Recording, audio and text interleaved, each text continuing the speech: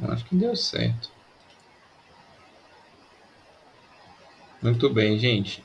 Bom, então, como a gente falou na semana passada, essas palestras elas são meio que sequenciais, né? Porque essa palestra que eu vou falar com vocês hoje sobre regulação gênica, ela depende naturalmente do entendimento, né, da estrutura e função do DNA, de como a gente trabalha aí os conceitos de transcrição, tradução, os processos envolvidos, tá bom?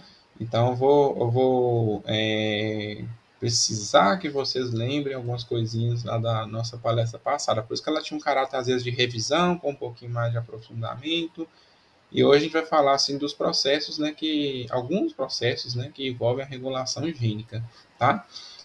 Também um dos conteúdos do módulo, né, não sei se vocês lembram no primeiro dia que a gente reuniu, ela acaba em estrutura do DNA e regulação gênica são objetivos do módulo. E normalmente a gente coloca como palestra, ou são temas às vezes muito específicos, né, às vezes para ficar aprofundando em sessões tutoriais, tá?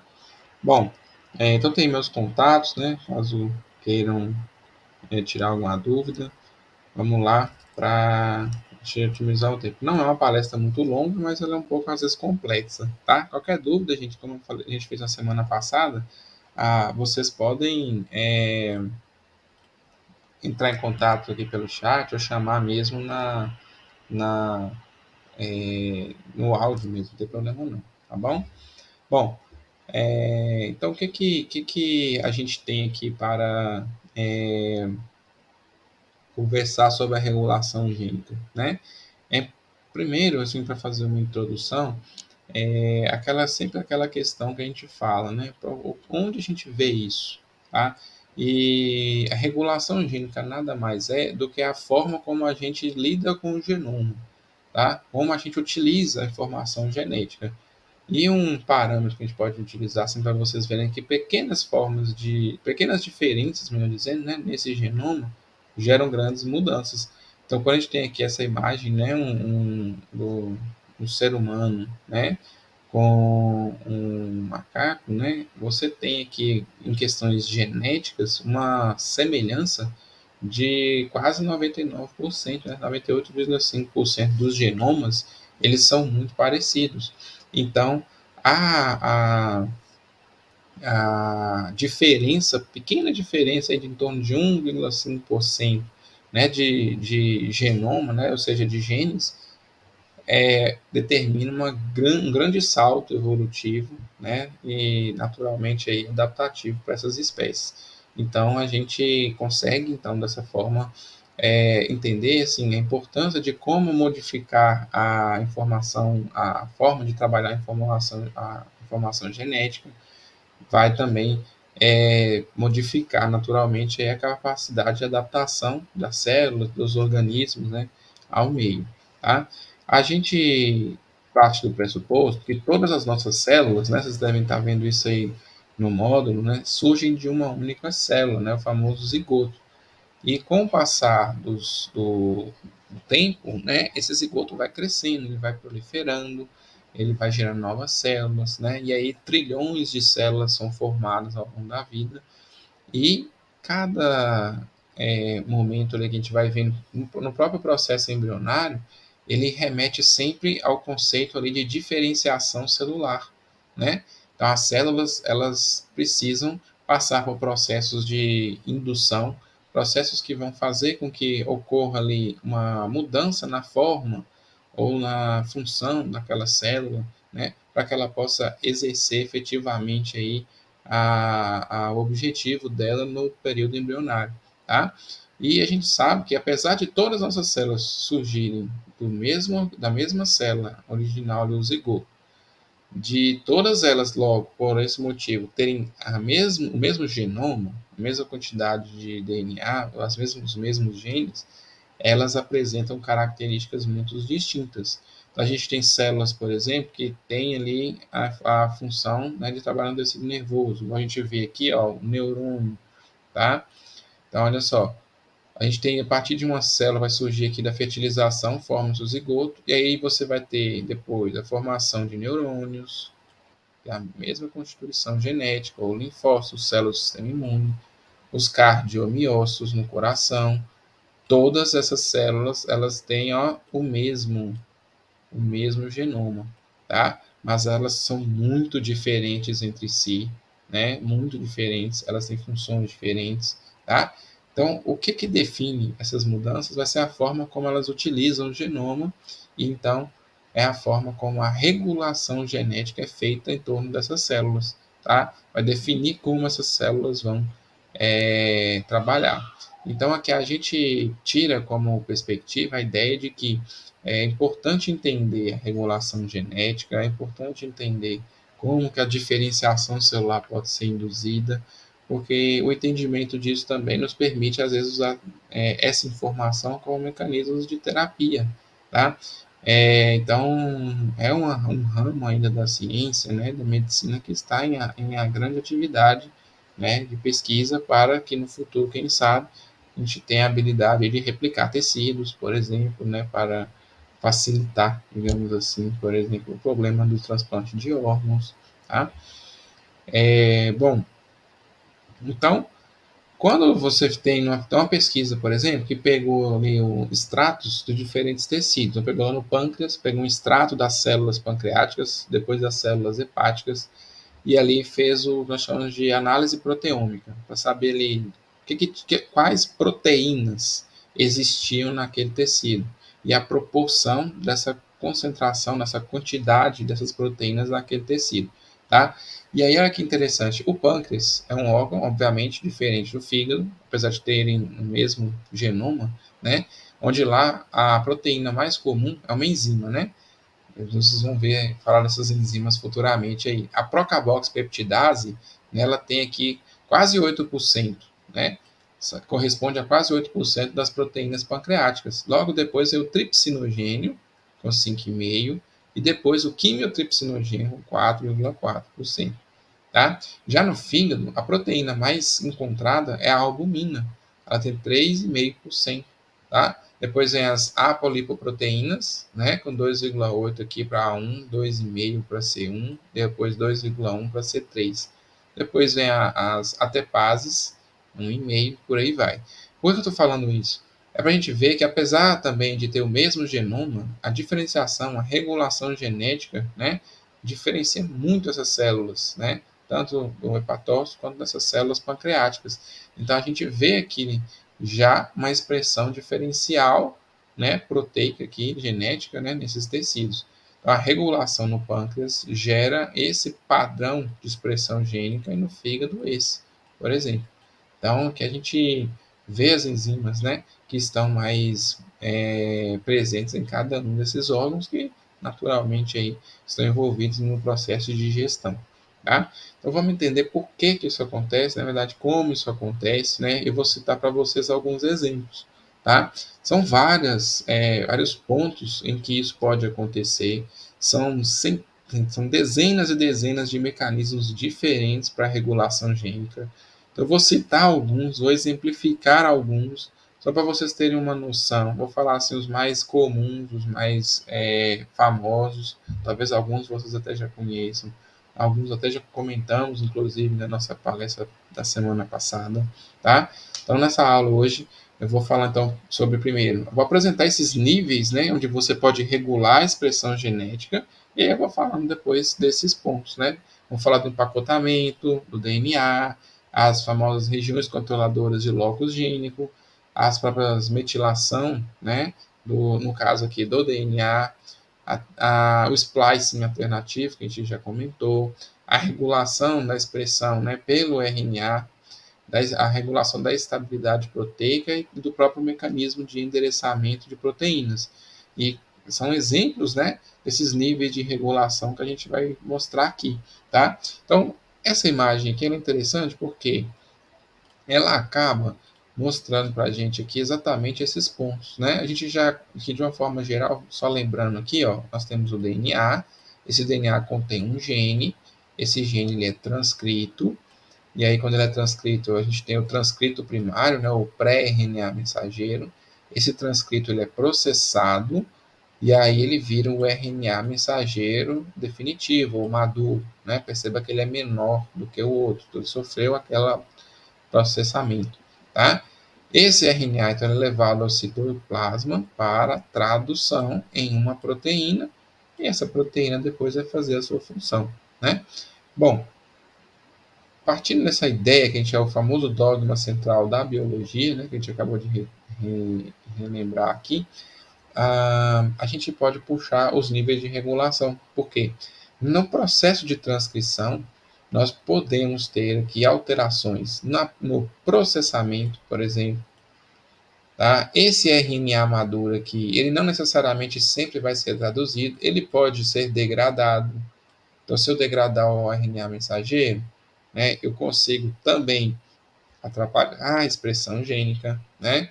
Se eu tenho uma proteína traduzida aqui, ela normalmente é traduzida e ela está numa forma inativa, ela precisa de algumas alterações, né? A gente vai ter as chamadas modificações pós-traducionais, né? Que adicionam-se algumas substâncias, né? Algumas moléculas às proteínas, tá? Para que elas possam efetivamente exercer sua função. E depois dessas modificações pós-traducionais, ainda pode haver a degradação das próprias proteínas, né? Para que elas voltem na forma de aminoácidos, né? Sendo esses aminoácidos podendo ser reutilizados no processo de tradução, tá? E tudo pronto, a proteína perfeita aqui para começar a funcionar, ela tem que muitas vezes ir para um local na célula, ou às vezes fora da célula, né? Para exercer sua função.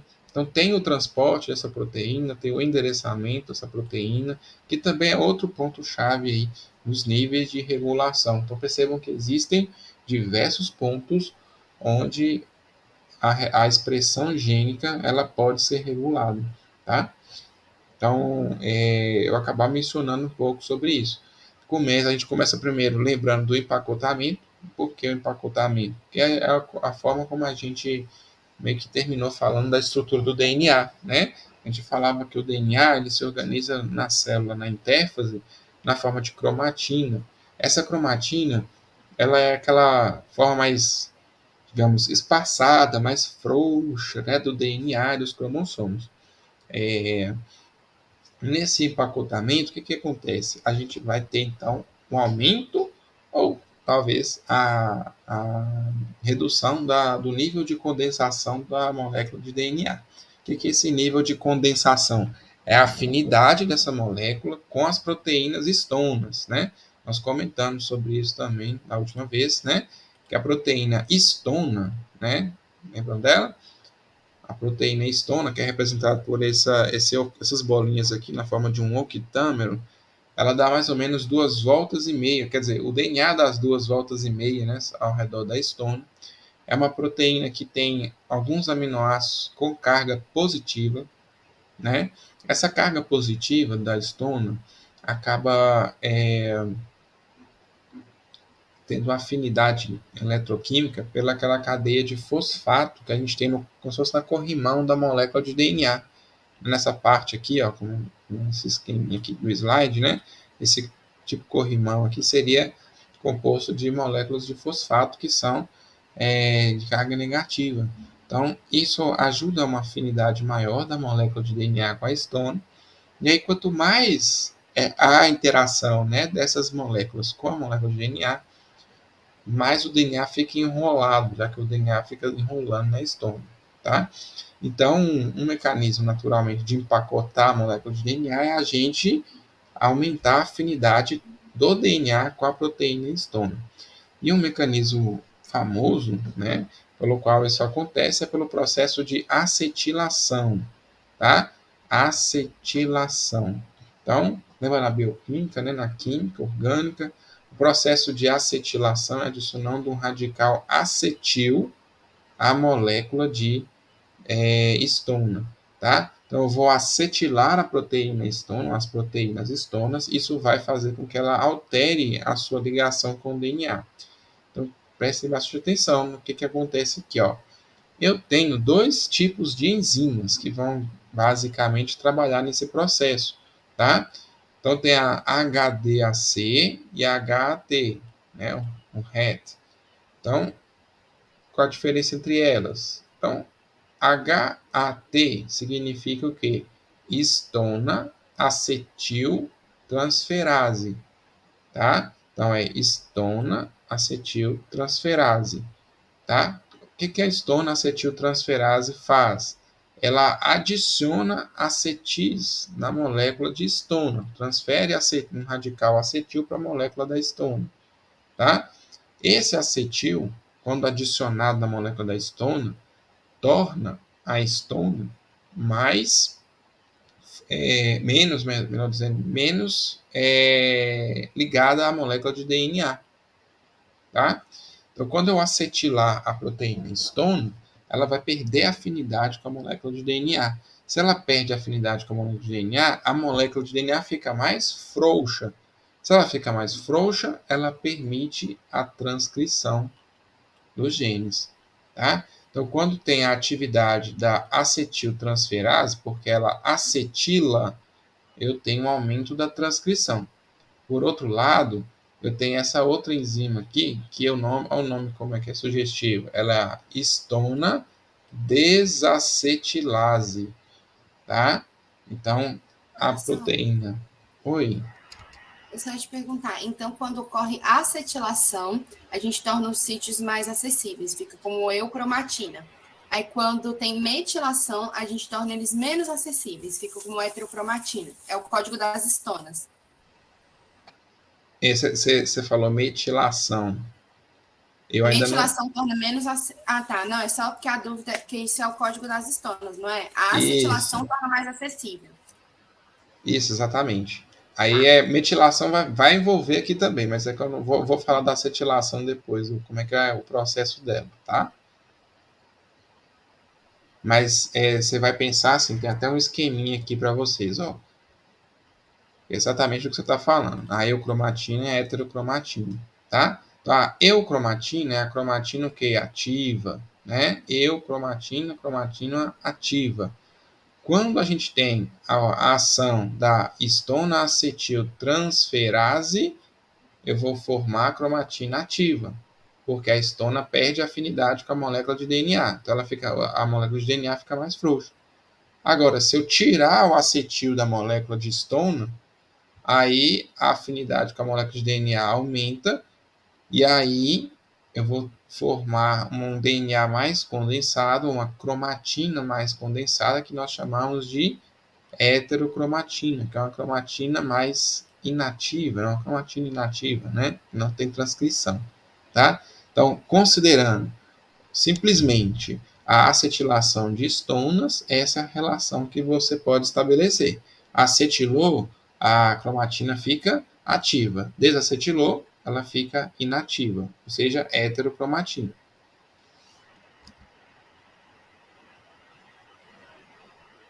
Tudo bem? Tudo bem, professor. Tá ótimo. Olha só, vou citar um exemplo de como que isso acontece aí no nosso corpo, né? A gente fica pensando, isso aí deve ser só uma vez ou outra. Isso é o tempo todo. Em todas as células você vai ter processos desse tipo. Então aqui, vocês vão ver no metabolismo aí um pouquinho logo logo, né? Sobre o metabolismo de carboidratos. Vocês vão ver aí que a gente tem alguns carboidratos que eles são, digamos, preferenciais para a célula utilizar para a produção de energia, tá?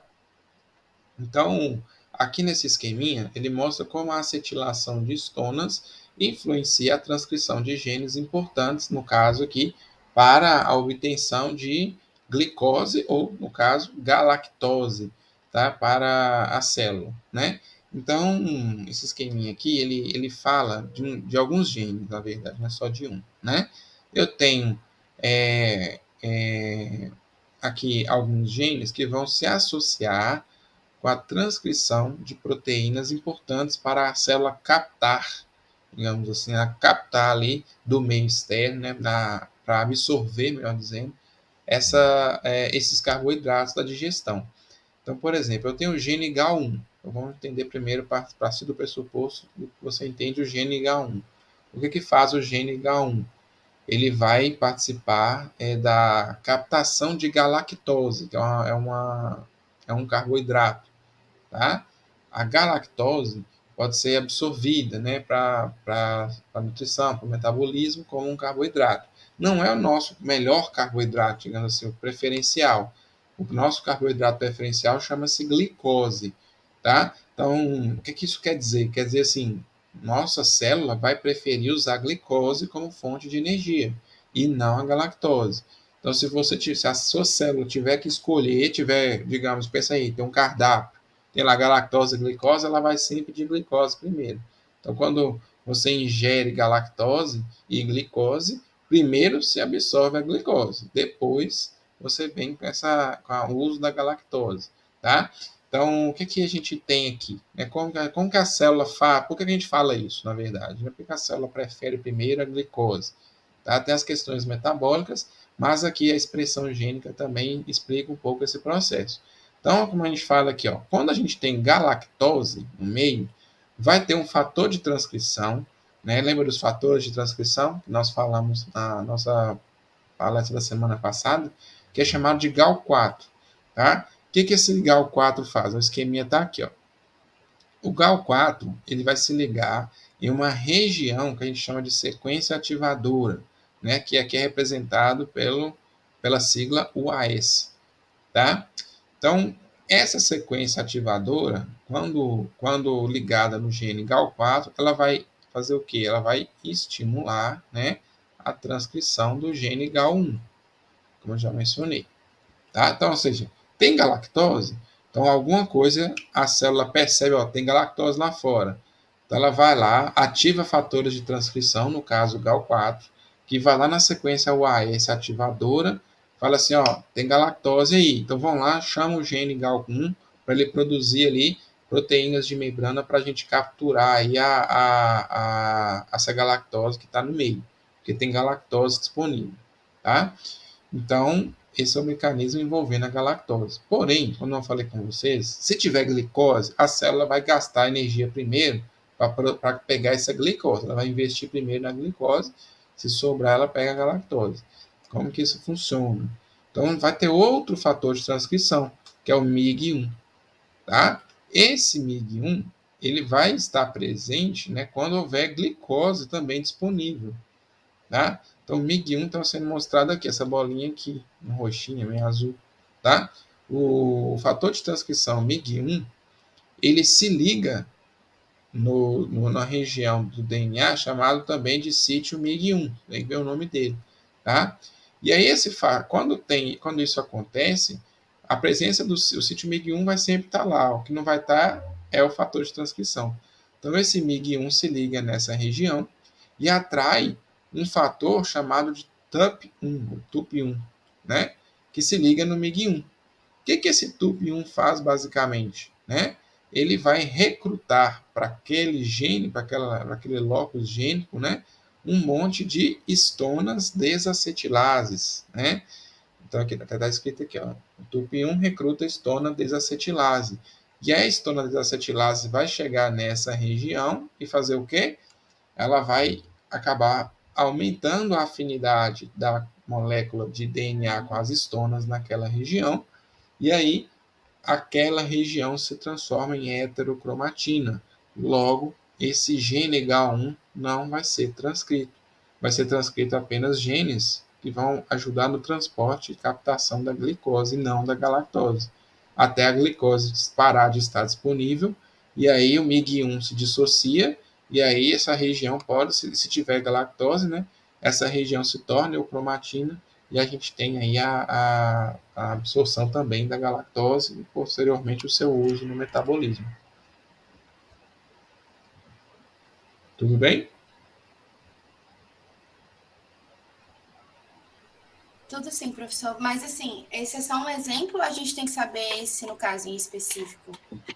Porque eu tive um Todos os pouquinho... que eu vou falar aqui são exemplos, tá, Thaís? É só para vocês entenderem que isso existe. Tá bom. As coisas são tão microscópicas às vezes, mas isso existe. Assim, eu estou dando um exemplo, mas isso aqui é um exemplo em milhares, tá? E aí eu vou falar um de cada, como é que a acetilação trabalha, né? E eu dou um exemplo aqui, já puxando o metabolismo, vou falar de coisas também da própria embrio, da imunologia, tá? Bom, olha esse aqui, ó. as regiões controladoras de locus, né? A Maria Tereza pediu para repetir a parte da recrutação da estona. Recrutamento da estona aqui, ó. Deixa eu apagar tudo. Deixa eu apagar. Isso. Então, olha só, Maria Tereza, o que eu estava comentando aqui. Primeiro, isso aqui tem que estar entendido, tá?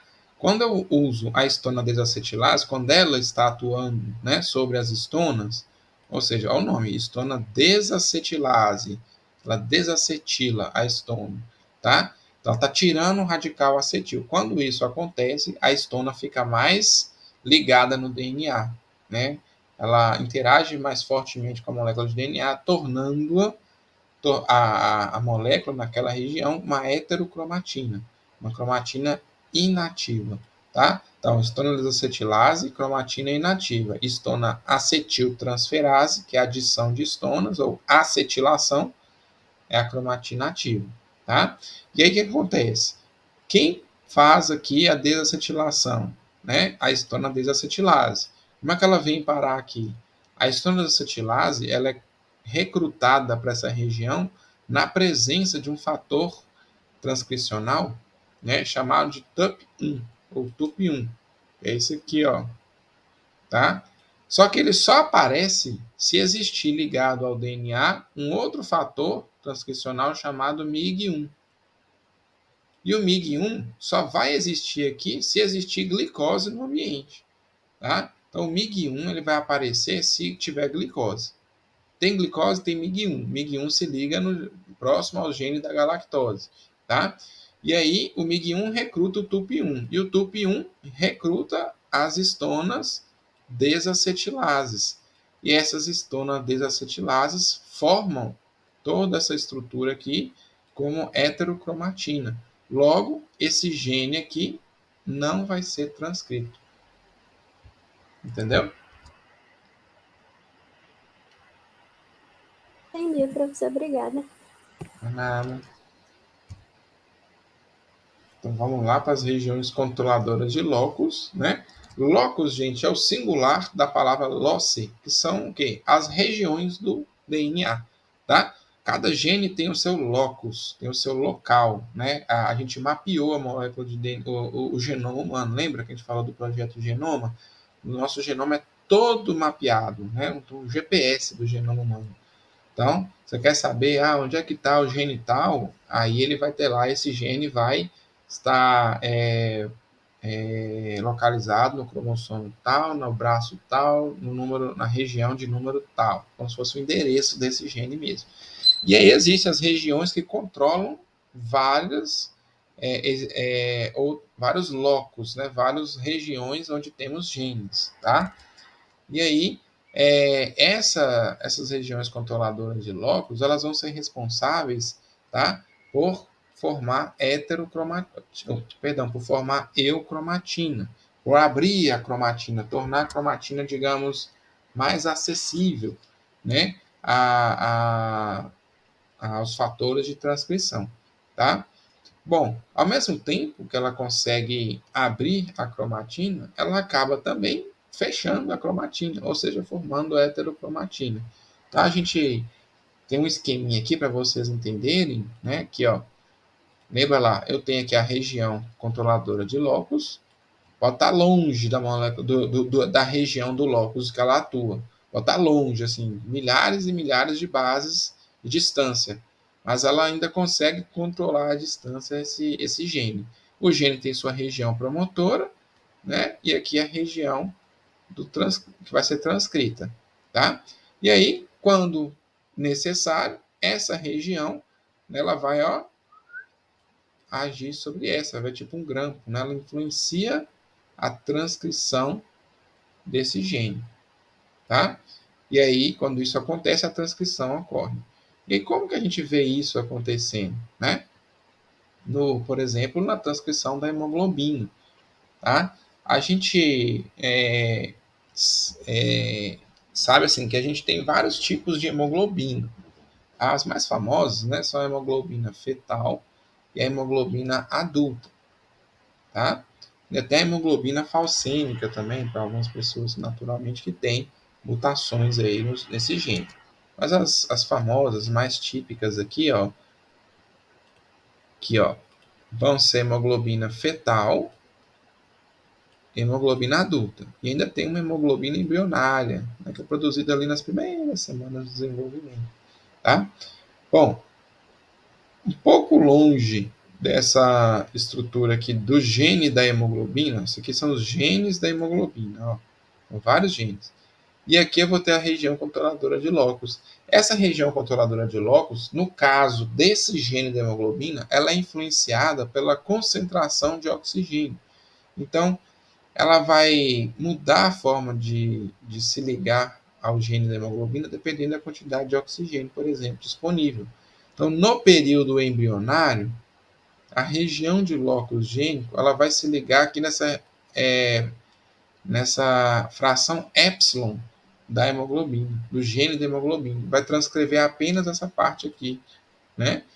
Então, lembra de epsilon na letra E, que lembra de embrionário, tá? E aí, nos primeiros anos de vida, as primeiras semanas, né, no desenvolvimento, você vai ter essa hemoglobina sendo sintetizada. Porém, com o passar das semanas, com o desenvolvimento do feto, né, a própria hematopoese já acontecendo no próprio feto, você vai ter uma mudança na oxigenação dos tecidos. Isso vai induzir aí uma melhora, digamos assim, no transporte também do oxigênio.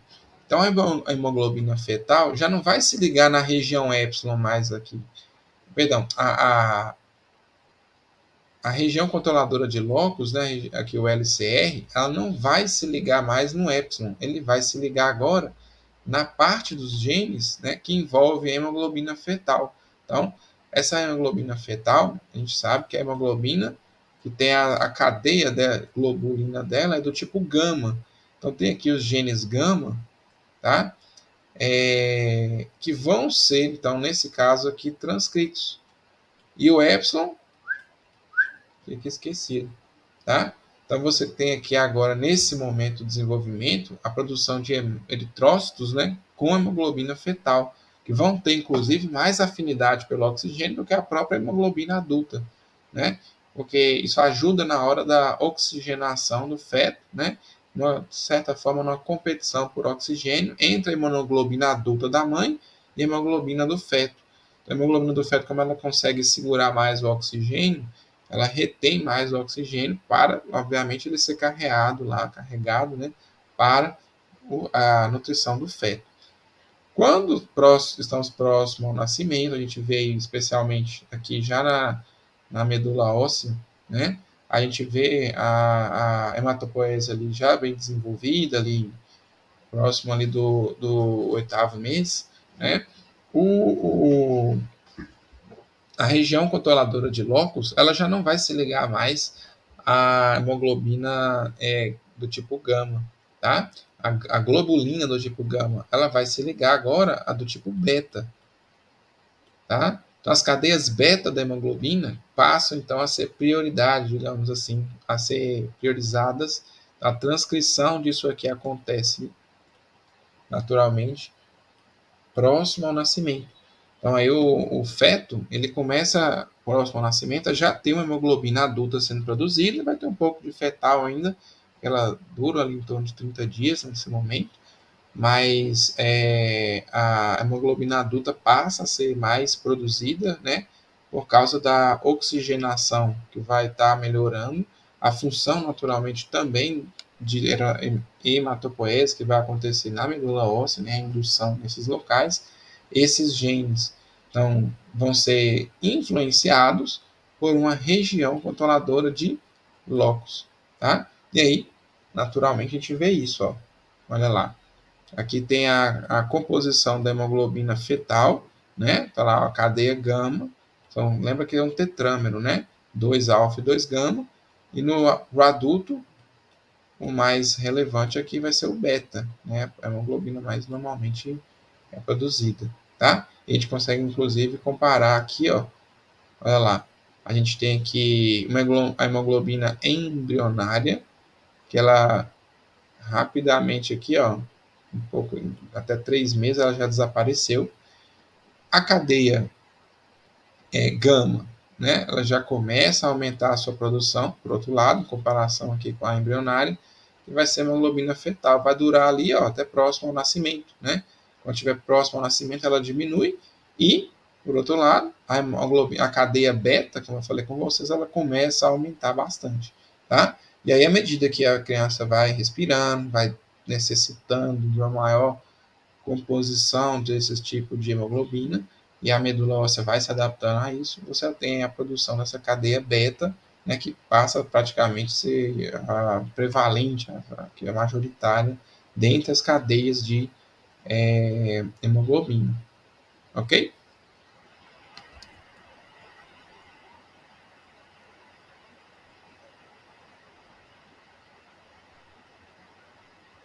Beleza, gente? Ó, Oi. então, todos esses genes vão estar presentes no DNA, só que eles vão ser expressos por conta dessa região controladora de locus que vai estar Isso. unida a esses genes. Isso, a gente vai mudando a proteína de acordo com a necessidade. Então, aqui por isso que a gente fala que é um mecanismo de regulação, já que a gente consegue colocar em evidência aqui que a mudança do órgão que está produzindo os eritrócitos, produzindo a hemoglobina, né? No caso aí, as hemácias, né? Vão ter essa hemoglobina. E também a proximidade do nascimento, a maturação pulmonar, que vai melhorar também. Naturalmente, eu vou precisar de uma hemoglobina eficiente, né? A cadeia beta começa a ser mais produzida em detrimento da fetal. Não dá para. Quer dizer, dá, né? Mas o organismo vai se adaptar para isso, para preferir a hemoglobina adulta. Obrigada. Por nada. Inclusive, gente, por que as crianças que, por exemplo, têm anemia falciforme, elas demoram para manifestar a doença? Nos primeiros meses, né, pós-natais, a criança ainda tem muita hemoglobina fetal. A hemoglobina S, que é a falciforme, ela vai estar presente, porém, a presença da hemoglobina fetal meio que esconde, porque a hemoglobina fetal vai ainda fornecer uma boa habilidade de transporte de gás, no caso, transporte de oxigênio. Francis, levantou a mão. Levantei, professor, só uma dúvida. Às vezes foi até o que a Kelly perguntou, mas para mim naquele momento travou. Não ficou tão claro para mim o que é mesmo o LCR. Ele é uma região do DNA que se dobra sobre uma região específica que tem que ser transcrita ou não é isso? Não entendi. Sim, em questão de estrutura, né? Porque a gente mostra só uns tracinhos, assim. Normalmente, quando a gente faz a representação do DNA, para ficar mais simples, a gente põe as caixinhas como se fosse o locus gênico, né?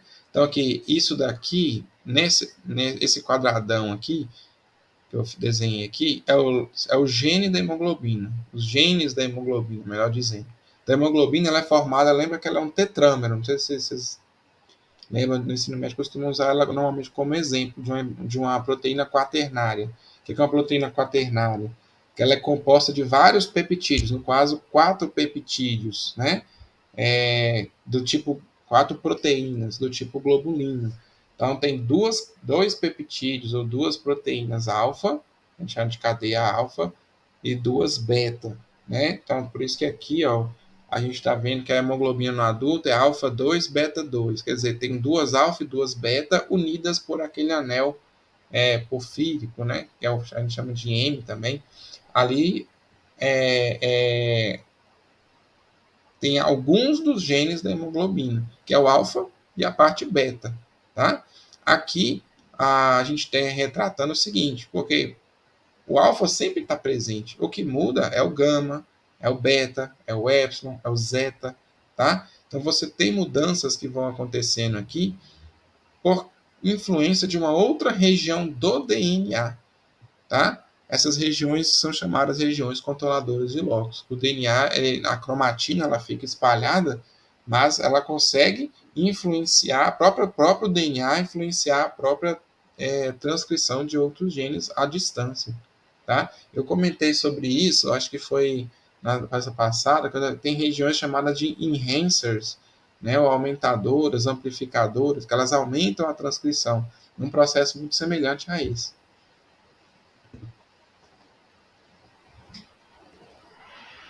Entendi, professor. Muito obrigado. Nada. Bom, outro bastante famoso também é a metilação do DNA, né?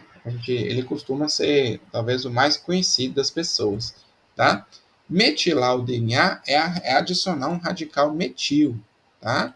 Então, adicionar um CH3, um radical metil. Isso é que é metilar o DNA. Lembra? Veja bem, metilar o DNA. Agora eu posso metilar a histona? Posso também. A Thais falou, vai ter efeito nas histonas.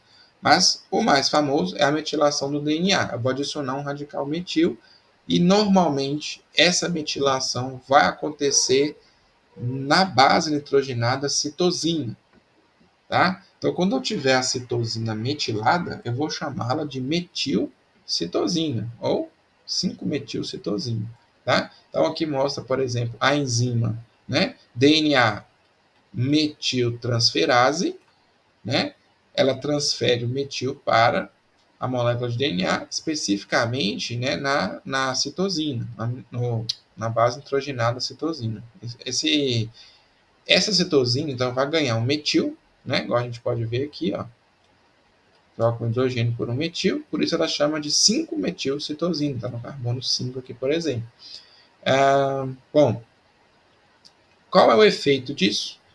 É simples, tá? Quando eu tiver metilação do DNA, eu vou ter o que a gente chama de silenciamento genético, tá? Ou seja, eu vou formar heterocromatina.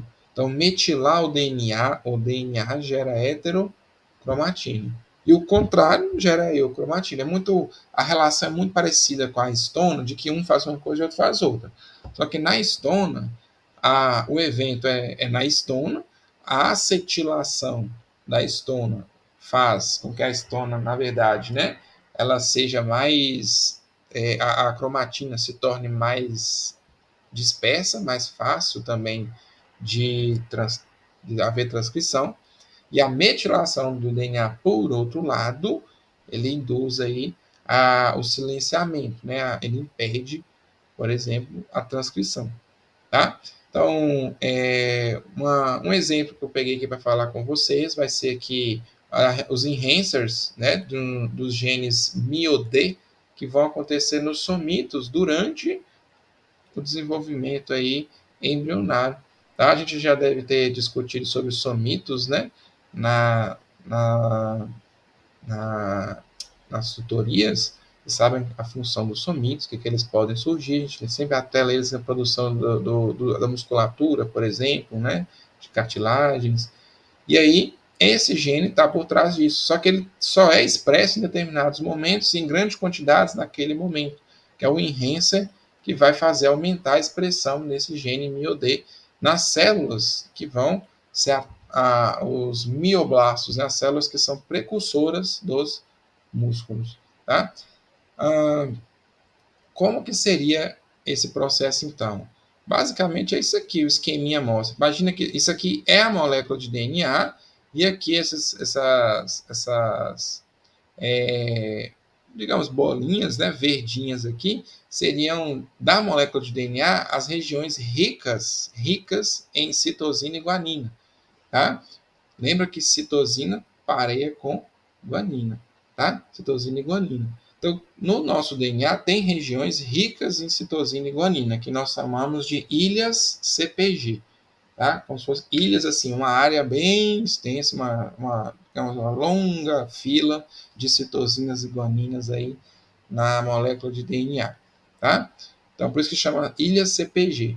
Então, normalmente, essas áreas que têm ilhas CPG, elas são áreas de regulação gênica, são áreas de heterocromatina, tá? Ou que podem não podem regular um gene para se tornar heterocromatina, tá? Depende do estímulo. Então, o que acontece? O local de ilha CPG, ele vai naturalmente sofrer metilação, tá? E isso impede a transcrição. Então, em A aqui, ele mostra uma situação normal. Então, tem aqui a região promotora do gene, liga-se o fator de transcrição, tá? Em vários citosinas e guaninas, mesmo assim, não tem nada inibindo a ligação dos fatores de transcrição. Então, ele vai lá e transcreve aquele gene. quando houver a metilação dessas citosinas, tá? Lembra que eu falei com vocês? São citosinas que estão nessa região, a ilha CPG. Aí, se eu não preciso desse gene transcrito, essas citosinas vão ser o quê? Metiladas, tá? E aí, a metilação da citosina faz com que esse fator de transcrição já não consiga se ligar. Ele se liga com citosina, mas se tiver metilcitosina, esse fator de transcrição não se liga, tá? Então, para piorar a situação, além disso, você vai ter nessa região do gene aqui, a ligação de outras proteínas, que são chamadas de proteínas de ligação de ilhas de metilação, tá? Que se ligam aqui, impedindo fisicamente também a ligação dos fatores de transcrição e, naturalmente, isso reprime a transcrição gênica. Tá? Então, a ilha CPG, quando metilada, ela impede a transcrição gênica. Naturalmente, eu preciso desmetilar ou demetilar essa região para que os fatores de transcrição possam se ligar e fazer a transcrição acontecer. Beleza? Então, logo, metilação do DNA gera bastante o que?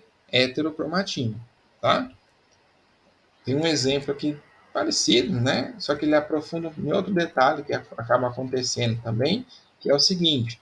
Aqui, ó.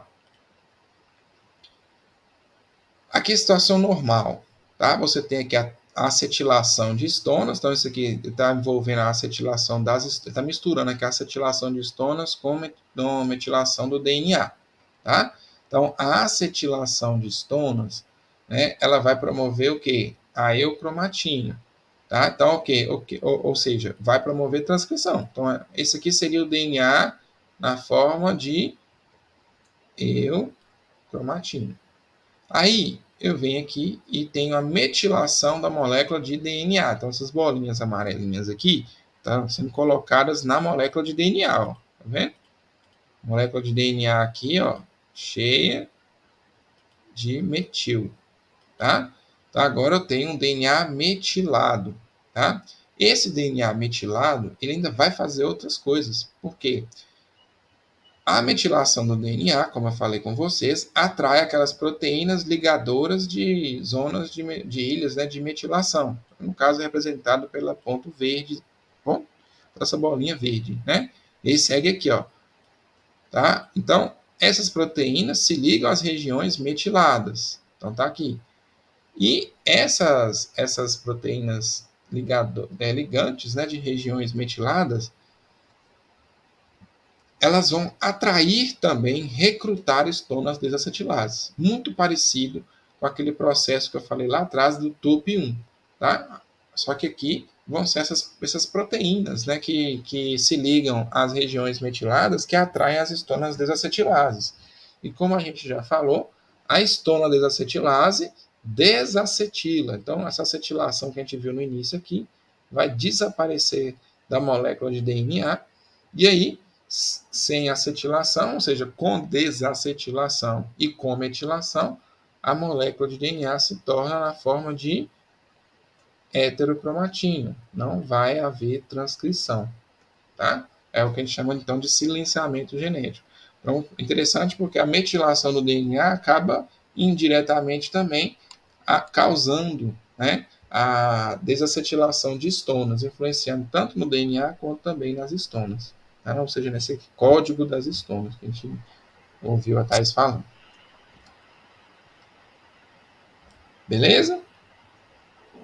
Professor, tem como repetir, por favor, essa parte das estonas desacetiladas se ligando para formar a heterocromatina, por favor? Sim.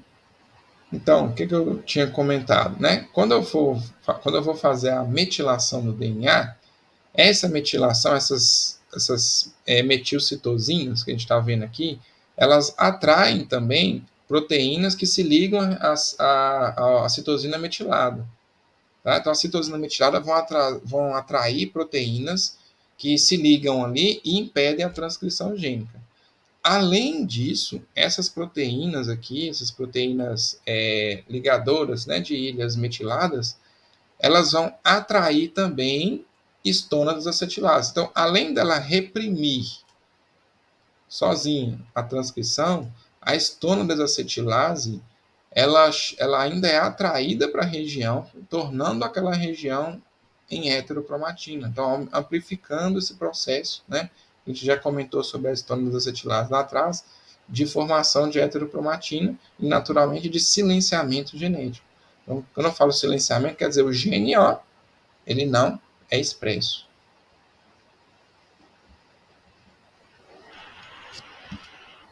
Deu para entender?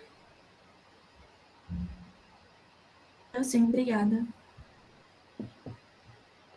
Muito bem, então, Tainá. Então, vamos lá.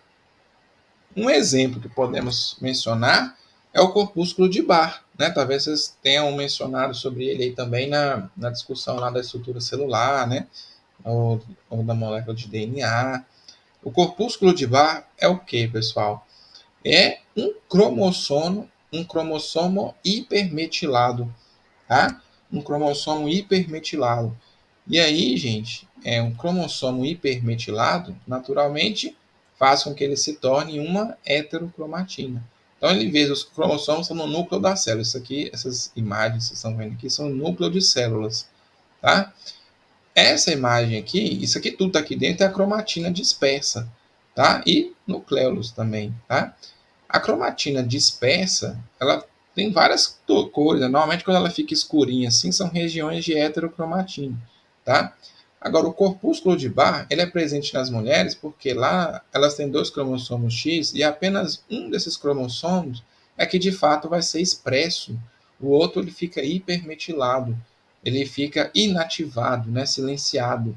Normalmente ele é identificado por uma massa de cromatina aderida à parede da carioteca, tá? Então, essa é um exemplo assim bem clássico, né, do processo de metilação, no caso de hipermetilação, tá? São áreas de hipermetilação. Então, quando você viu o termo hipermetilação, eu estou me referindo a silenciamento genético, a áreas de heterocromatina. Quando vocês verem hipometilação, seria áreas de expressão gênica, de cromatina ativa, tá? De eucromatina.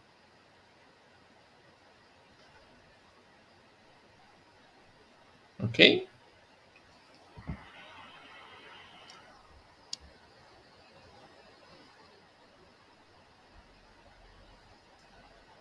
Tudo bem? Professor, ok. Só a gente perguntar uma coisa sobre a metilação também. Se ela vai estar acontecendo necessariamente em exons ou se metilação em intron também pode interferir. Boa pergunta, Thaís. Normalmente essas regiões, essas ilhas de metilação estão na região promotora do gene. Ela não chega a ser nem transcrita, tá? Então, quando fala como a região promotora é o, digamos, o insight, é o start, né, para começar ali a aglomeração dos fatores de transcrição, para depois ter a transcrição, essas ilhas CPG ficam nessa região. É uma forma de regular qual gene deve ou não ser expresso.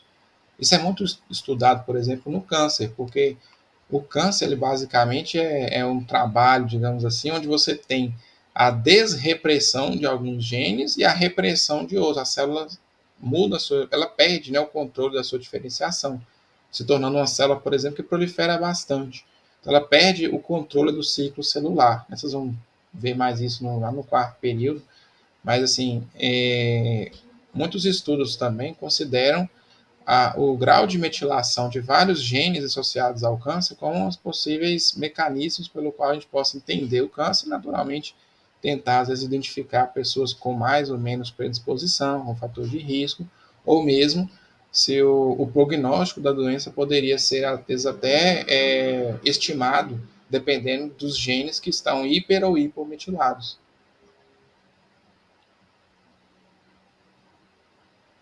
Também. Okay? Acho que entendi. Acho que eu peguei. Vou fazer o seguinte, tem um videozinho aqui, depois eu passo os vídeos. Eu esqueci, não sei se eu passei os vídeos da outra palestra para você, Thaís. Não, você não me mandou o link, você só me mandou a apresentação, professor. Se puder mandar o link. Vou mandar o link. Eu acabei, você acredita que na aula passada eu esqueci de mandar para você? Tudo bem, acontece, professor. Mas eu já mandei. Aí quando eu mandar, eu já mando os vídeos. São, acho que dá uns 5 videozinhos. Bom, então vou suspender essa apresentação aqui para mostrar a apresentação da guia aqui. O videozinho eu deixei no ponto para não perder tempo.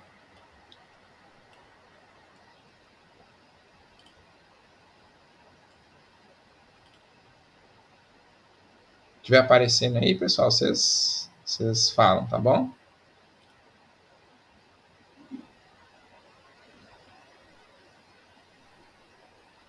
Tudo certo? Sim, professor. Aparecendo. Beleza, então vamos lá, ó. O videozinho ele vai fazer uma introdução sobre os componentes, né, da molécula de DNA, enfatizando aí a questão da metilação da citosina. Então aqui deixa eu passar rápido. Ele está mostrando aqui que a metilcitosina altera, né, a ligação do DNA com as histonas também. E aqui ele ainda comenta um pouquinho sobre a questão da acetilação de histonas, a metilação de histonas, a fosforilação de histonas, são mecanismos de regular a própria histona. A acetilação é o mecanismo mais famoso. Então aqui, a histonacetiltransferase, lembra lá que nós falamos, coloca acetil na histona. Isso forma uma área de eucromatina. E aí a RNA polimerase consegue chegar ali na região promotora e fazer a transcrição. Tá? Agora, quando a gente tem uma metilação do DNA, por exemplo, o DNA metilado, tá? Ele vai fazer, além da impedir a ligação de fatores de transcrição, ele atrai proteínas que se ligam às regiões de CPG, essas MECP2, vocês estão vendo aqui, tá? Além disso, elas vão recrutar histonas desacetilases. Então, essa região que antes era uma região do DNA que seria de transcrição, ela já não vai ser mais uma região ativa, né? Vai virar uma heterocromatina. Tá vendo como é que o sítio de transcrição agora está todo confuso, né? No final ainda tem uma metilação de histona, né? Que ajuda também a formação de heterocromatina. Beleza? Certo. É um vídeo curtinho. É que o áudio dele está em inglês. Eu preferi falar aqui, vai ser mais prático. Vou voltar aqui na apresentação.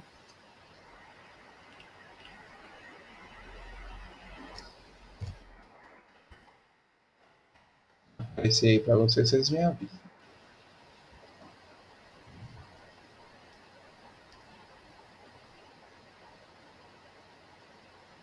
Splicing alternativo, né? A gente comentou isso também na nossa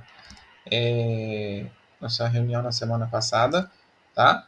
O splicing é aquele processo lá, faz parte do processamento do RNA mensageiro, né? Então tá aqui naquele processo, nós estamos falando de processamento de RNA, e aqui basicamente eu tenho como se fossem os introns e exons, mostrando os exons como essas caixinhas, tá? Então, por isso que se vocês olharem assim, igual lá no inicinho eu estava mostrando aqui, ó, seriam os exons, os introns, né, de cada gene, tá? Então a gente olha aqui, por exemplo, o mesmo padrão, né, de representação.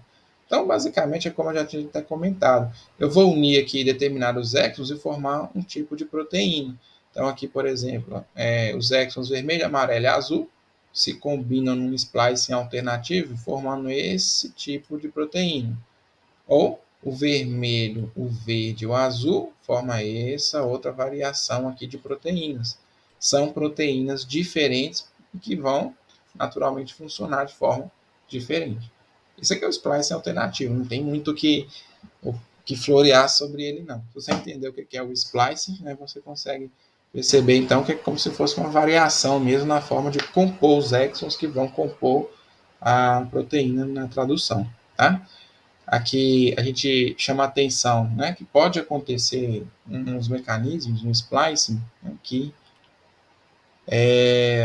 podem estimular ou inibir, né, determinada formação de proteínas. Então, por exemplo, essa aqui a gente fala que é o controle negativo nesse tecido, tá?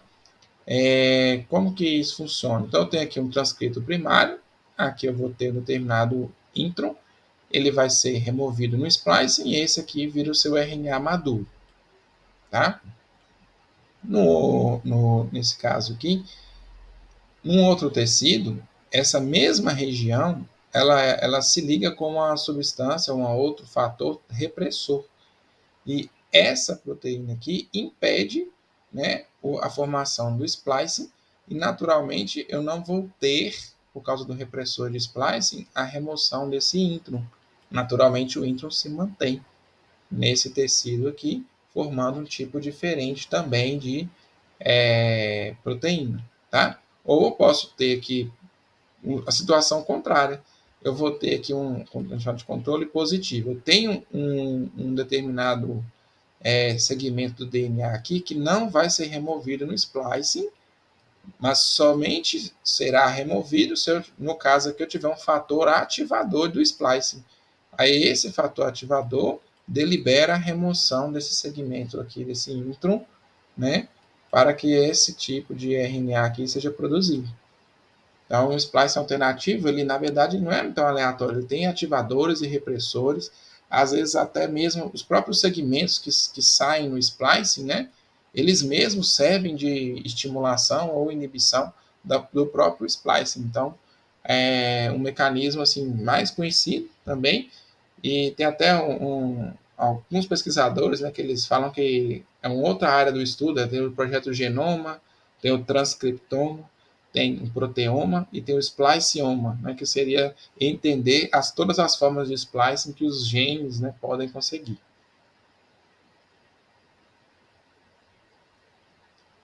Olha um exemplo ali que vai ser bem famoso, é o da miosina. A proteína miosina, ela é uma proteína típica do citoesqueleto, tá? Por ser uma proteína típica do citoesqueleto, ela vai naturalmente aí estar envolvida com a movimentação, a forma da célula, tá? Mas a gente sabe que tem células que não se mexem, né? São, digamos, imóveis, digamos assim, e aí a célula é de um tecido epitelial, que é a célula mais aderida à sua superfície, a outras células, mas dentro da célula você tem transporte também de substâncias, tá? De vesículas, por exemplo, né? Então, a miosina é uma típica proteína de transporte. E ela vai ter funções diferentes em várias células. Onde a gente fala de miosina normalmente é no músculo, né? Então, o que acontece? Qual a diferença dessas miosinas? É o splicing, tá? A miosina do músculo estriado vai ter esse perfil de splicing aqui. Então, aqui é o gene da miosina, tá? Com seus introns e exons. Então, quando a gente for falar aqui da transcrição, né, do gene da miosina, no músculo estriado, esse aqui é o padrão. No músculo liso, vai ser esse padrão aqui, por exemplo, tá? No músculo estriado, que inclusive pode ser cardíaco ou esquelético, ele vai ter um padrão diferente de miosina também, tá? Mas continua sendo a miosina como a gente conhece, aquela função contrátil. No mioblasto já é uma miosina diferente.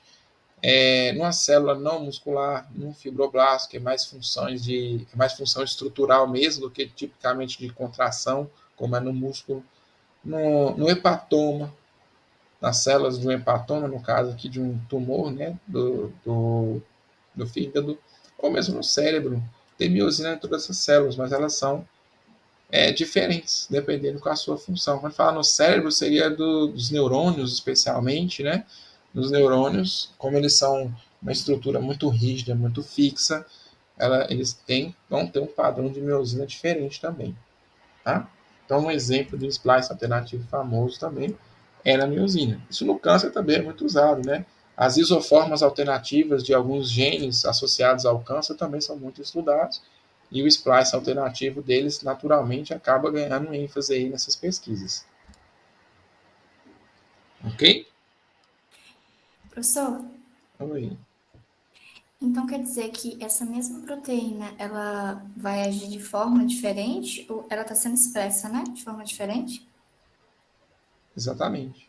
A miosina? Ela pode ser mais funcional, menos funcional, inativa, pode ser uma isoforma dela que é inativa, tá? E aí, o que o spliceoma quer fazer? Primeiro, identificar as isoformas, que um gene pode gerar de várias proteínas. Segundo, a função que essas isoformas vão apresentar nas células, né? Quais podem relacionar-se mais a algumas doenças, quais são, digamos, garantir mais a célula mais saudável. Ok? Ok, obrigada. Outro exemplo de splicing alternativos, vamos ver isso no segundo período, quando estudar imunologia. Vou falar um pouquinho sobre isso aqui, mas para talvez vocês consigam compreender melhor. É o seguinte, no nosso corpo nós temos uma célula responsável pela produção dos nossos anticorpos, tá? Então a gente produz anticorpos, né? Nessa época de Covid foi bem falado, né? Nós produzimos anticorpos para nos proteger de possíveis agentes agressores, tá? Esses anticorpos são produzidos, então, por uma célula chamada célula B, tá? Ou linfócito B. Só que o anticorpo ele é produzido de duas formas diferentes no nosso organismo. Você encontra o anticorpo em dois locais. Ou ele está na superfície da célula B, ou seja, ele é um receptor. Tá? Vocês vão ver na imunologia lá o termo BCR. O que BCR significa do inglês? Né? Receptor de célula B. Então, ele funciona como uma proteína receptora de membrana, tá? Agora, quando essa célula B ela é ativada, tipo assim, algum antígeno, algum agente patogênico, digamos, entrou em contato com o seu corpo, essa célula B ela é ativada e passa, então, a secretar anticorpos. Então, perceba que ela até diferencia-se, ó. A célula muda, né? E aí ela não chama mais célula B, ela chama plasmócito, ela começa a ter mais citoplasma, mais complexo de Golgi, porque ela vai produzir agora anticorpos. Só que os anticorpos que ela produz não ficam na membrana, eles são secretados para fora da célula, tá? E esses anticorpos caem na circulação, no sangue, como a gente tipicamente avalia, né? Anticorpos são no sangue, né? Então, mas tem duas formas de termos anticorpos. No soro, né, no sangue, e na membrana da célula B. Tá? O gene dos anticorpos, esses genes, eles vão ser basicamente os mesmos. O que muda nessa questão dele ser secretado ou na membrana vai ser um splicing alternativo. Tá? Então, aqui à esquerda, eles falam de um tipo de anticorpo chamado de IgM. Só que é o IgM receptor. Ele é o IgM transmembrana, ele fica na membrana. Olha a diferença aqui, ó. Eu tenho aqui o DNA rearranjado, que esses genes são recombinados, né? Vocês vão talvez falar um pouco disso no segundo período. Mas na hora de fazer a transcrição, nós vamos ter esses exons aqui sendo formados, até chegar aqui no RNA mensageiro maduro. Lá no final, a cauda poliar, como sempre. Então, essa partezinha amarela, tá vendo? Ela fica aqui, ó, tá? Agora, a partezinha laranja é removida. E aí, essa estrutura aqui, com esse finalzinho amarelo, é o que essa proteína precisa para o anticorpo ficar ancorado na membrana do linfócito B e funcionar como um BCR. Tá? Então, para funcionar como um BCR, tem que ter essa parte aqui, que normalmente vai se associar com aminoácidos de cadeia apolar. Por que apolar? Porque essa parte fica atravessando a membrana plasmática. Então, ela tem que conseguir, digamos, dissolver, interagir com as estruturas apolares, hidrofóbicas da membrana plasmática para gerar ali a ligação, né, a ancoragem, melhor dizendo, o ancoramento, né, desse anticorpo na membrana. Tá? Por outro lado, quando a IgM, que é o anticorpo, ele é secretado, quer dizer, ele é liberado para fora da célula, o que vai mudar? Já essa parte aqui, ela já vai ser removida. O splicing vai terminar aqui. E aí, essa região aqui é que vai ficar na molécula do anticorpo. E aí, como não tem essa parte de membrana, esse anticorpo ele vai acabar ficando fora da célula mesmo. Então, é um anticorpo secretado. Tá? Isso é um splicing alternativo. Isso que vai acontecer basicamente aí quando você tem, por exemplo, a ativação, né, do sistema imune contra um vírus, uma bactéria, né? Por exemplo. Tudo bem, gente? Deu para entender, né, o splice alternativo, como ele funciona? Acho que a gente já tinha comentado sobre ele aí na aula anterior. Bom, tem a estabilidade do RNA mensageiro, né? Bom, RNA é uma molécula de fita simples, e como ela é de fita simples, ela é menos estável que o DNA. O DNA é aquela fórmula que eu falei com vocês de dupla hélice, com aquelas características lá de complementaridade, né? Inclusive, né, de parte ser complementar, é uma das coisas que mais ajuda a molécula de DNA a ser, digamos, mais estável, tá? Porém, para ser complementar, ela tem que ter dupla fita, tá? O RNA ele é tipicamente encontrado na forma de fita simples, mas a gente já viu, até na nossa reunião passada, que ele pode fazer grampos, né? E aí formar regiões de fita dupla, tá? Mas normalmente é fita simples. Mas enfim, por que eu estou falando isso? Para a gente entender como é que funciona a estabilidade do RNA, tá? Ela passa, primeiro, pela ideia de que o RNA é instável e facilmente seria alvo de enzimas que degradam o material genético, no caso o ácido nucleico. Então, por isso que a gente chama a atenção, que eu falei lá, ó, no processamento da formação da cauda poliar e do metil cap, né, aquele capacete que a gente falava lá, tá? Então, o RNA mensageiro maduro, ele tem aqui numa ponta 5' o metil cap, aquele capacete, e na ponta 3' uma cauda riquíssima em adeninas, que ocorre naquela poliadenilação que acontece. Então, o que pode afetar isso daqui? Processos de desadenilação, que é tirar a cauda poliar. Então, tem enzimas desadenilases, são exonucleases, a gente fala, que vão, como se fosse comendo, né, degradando essa cauda poliar, tornando-a pequenininha e podendo, inclusive, começar a ter a degradação posteriormente aí dos genes em si. Ou você pode ter a própria remoção do cap 5' também, né? E aí a degradação viria da região 5' da molécula de RNA, ou da 3', se for perder aqui a cauda poliar. Então, essas exonucleases, né? Exo, porque come de fora para dentro, tá? Elas têm a exonuclease 5', a exo 3', que vão poder aí eliminar o RNA mensageiro. Então, isso é uma forma, por exemplo, de eu inibir a tradução. Então, eu vou fazer o RNA mensageiro, mas antes de ser traduzido, eu já removo ele ali, tá? Bom, onde que a gente tem isso? E é interessante, né?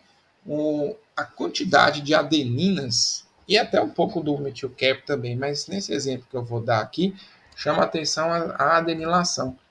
Porque, não sei se vocês lembram, no ciclo celular, quando a célula está indo para a mitose, ela, antes da mitose, ela faz a tradução de tudo que ela tinha que fazer, a transcrição de tudo que ela tinha que fazer, tá? Porque naquele momento ali o DNA está na forma de heterocromatina, ou melhor, está na forma de cromossomo, né, super condensado.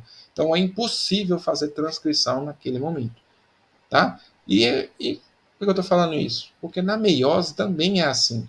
Quando essas células entram na meiose para fazer a divisão celular, por meiose, elas vão estar com o cromossomo ali, ó, hipercondensado, supercondensado, né? Então não tem como fazermos ali transcrição. Então, o que acontece então no ovócito? Lá antes do nascimento, né? Você já tem ali ovócitos com o DNA condensado, sem transcrição, e vão começar a ter função, digamos assim, vão começar a funcionar somente na puberdade, né? E poucos a cada mês, né? Então, o que acontece? Esses ovócitos, eles, durante ali aquele comprometimento, né, para a formação dos ovócitos, já se faz a transcrição de tudo que a célula vai precisar para fazer a meiose andar para frente, né? Inclusive, além de fazer a meiose, ainda tem que ter genes que vão estimular o zigoto a dividir. Porque aquele zigoto, quando ele vai fazendo a divisão, não são os genes do zigoto que estão sendo transcritos para fazer a divisão. São genes que foram transcritos lá atrás, durante o início da meiose do ovócito, tá? Então, a gente vai entender o seguinte, como que a célula regula isso? Então, olha só, a gente fala assim que quando a gente tem uma instabilidade do RNA mensageiro, tipo assim, o que ele precisa ter para ele não ser destruído? É de mais ou menos 30 adeninas. Então, essa poliadenilação, se tiver deixar umas 30 adeninas ali, esse RNA mensageiro, ele está estável. Porém, quando a gente puxa essa ideia de estabilidade, a gente puxa a ideia também, ó, quando ele está estável, ele consegue ser traduzido, tá? Que aí isso é um sinal para que essa adenilação, lembra que eu falei que a cauda poliar era também um sinal para transporte, né, desse transcrito para o citoplasma e, naturalmente, para os ribossomos atuarem sobre eles. Então, o que acontece aqui? Esses ovócitos pegam esses transcritos que vão ser importantes, por exemplo, no final da meiose 1, no final da meiose 2, e meio que fazem deles ali reféns, né? Colocam eles instáveis, ali de 10 a 30 adeninas, de forma que eles ainda não conseguem ser direcionados para os ribossomos para haver tradução.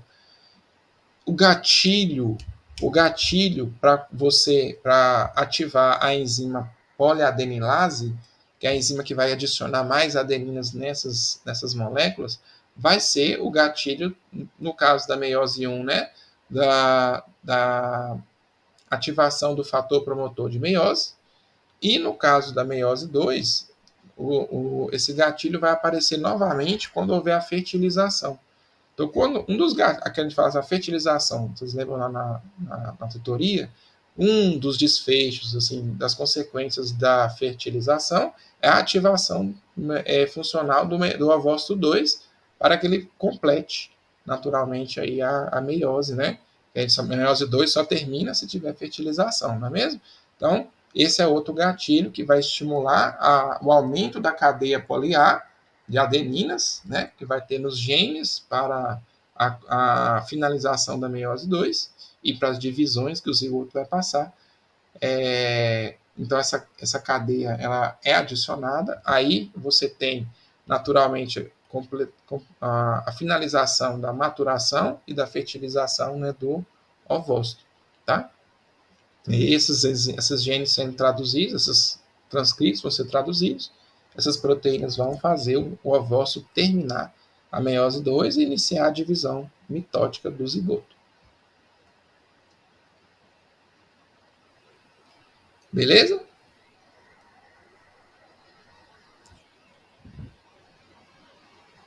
Beleza, professor. É muita viagem, gente, isso aí? Tá acabando, viu? Essa última parte, assim, eu fiquei um pouco confusa com esse último que você comentou. Tô tentando essa parte. Para repetir também, porque eu me embaralhei. Então assim, ó, deixa eu conseguir uma imagem. Então, pensa que aqui é o transcrito, certo? É um dos genes que fariam a meiose andar para frente. Você lembra que a meiose ela para em 2 momentos durante o ciclo reprodutivo feminino. Lembra? Na meiose 1 e na meiose 2. E a gente fala assim, na meiose 1 tem um fator promotor de meiose, né? Que ele fica inativado, mas quando ele é ativado, aí a meiose anda para frente. Isso vai acontecer quando a mulher entra na puberdade e aí aquela mudança dos hormônios, né? Na produção de LH, aumentada de LH, ativa, vai fazer esse fator promotor de meiose ser ativado e a meiose 1 anda para frente. Mas aqui, essa cauda poliar, pensa assim, ó, vou ter um tanto de adenina. Aí a quantidade de adeninas vai influenciar na função desse transcrito.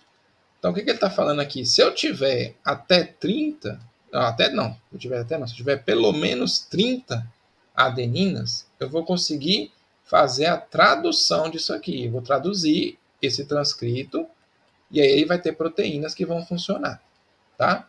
Agora, se eu tiver menos de 30, e aí ele fala aqui no sentido, ó, você vai ter de 10 a 30 adeninas apenas, tá? De 10 a 30 adeninas, a tradução não ocorre. Então, apesar desse transcrito ter sido produzido lá no início da meiose 1, ele não funciona, tá? Ele só vai ser traduzido de fato quando algum gatilho acontecer. E esse gatilho vão ser, no caso, a ativação do fator promotor de meiose, que ele ativa a poliadenilase. O que ela vai fazer? Ela vai adicionar mais adeninas aqui, e aí quando isso aqui passar vai chegar até a 90 adeninas, pra vocês terem noção.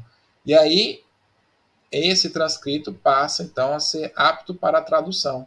E aí ele vai traduzir ciclinas, né? Lembra das ciclinas CDKs, né? Essas ciclinas e as quinases CDKs, né? Elas vão então ser ativadas, né? Melhor dizendo, elas vão ser traduzidas de fato e vai fazer a meiose progredir para a meiose 2.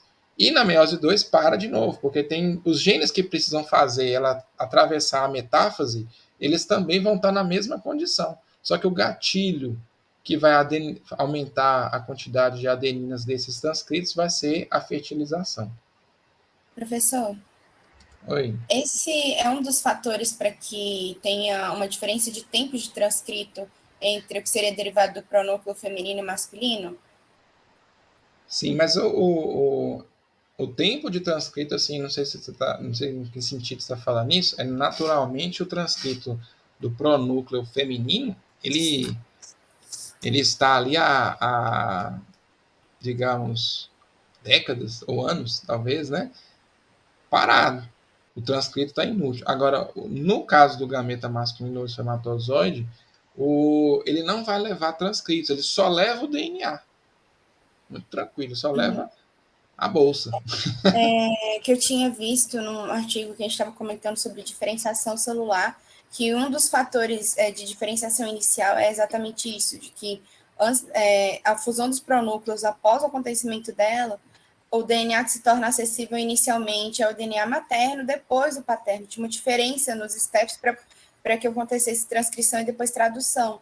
E isso era dado como um fator de diferenciação celular. Aí eu queria saber se isso, da questão da poliadenilação, essa diferença de adenilação e de outros fatores que seriam um gatilho, se isso está interferindo ou tendo consequências sobre esse escopo, sabe? Da diferença de tempo do que seria transcrito a partir de diferentes pronúcleos.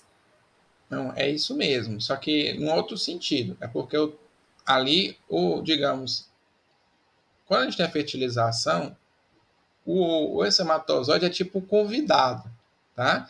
Ele pensa assim, ele não chega e já vai sentando no sofá e ligando a TV. Então, o pronúcleo masculino, ele vai naturalmente ali ser formado, mas não vai ser transcrito nem traduzido. Porque lembra que primeiro eu tenho que ter a ativação da meiose 2, a reativação, né, do ovócito na meiose 2, para ele finalizar a meiose 2, os cromossomos, né, do óvulo, né, no caso agora, poderem depois fundir os pronúcleos, e aí os genes paternos é que vão começar a ser transcritos apenas depois. Porque tudo o que acontece ali naquela primeira semana, praticamente tudo são funções do DNA materno. Tá? É o DNA materno que gerencia toda aquela primeira semana ali praticamente. O DNA materno, os nutrientes são do ovócito, por isso que o ovócito é grandão, ele armazena alguns lipídios, né? Exatamente porque aquelas divisões vão demandar energia. Entendi. Obrigada, professor. Por nada. Bom, temos aqui os pequenos RNAs. Então, assim, no início, falava-se muito de RNA mensageiro, RNA transportador e o RNA ribossomal, né, que produz os ribossomos. Agora, foram descobertos depois, assim, vários tipos de RNAs diferentes. Eu vou chamar a atenção para 2 aqui, que são DNAs que regulam a expressão gênica, tá? Então, chama a atenção aqui os chamados pequenos RNAs. São RNAs de cadeias bem pequenas, né? Já é até 30, até 28 nucleotídeos, eles falam, tá? Eles podem impedir a tradução, né? Ou não, né? Impedir a tradução ao destruir o RNA mensageiro. Então, são outros RNAs que impedem a função de um RNA mensageiro, tá? E aí tem duas classes aqui que são interessantes de mencionar, que são os miRNAs, né? Ou os microRNAs, e os siRNAs, né? Ou siRNA.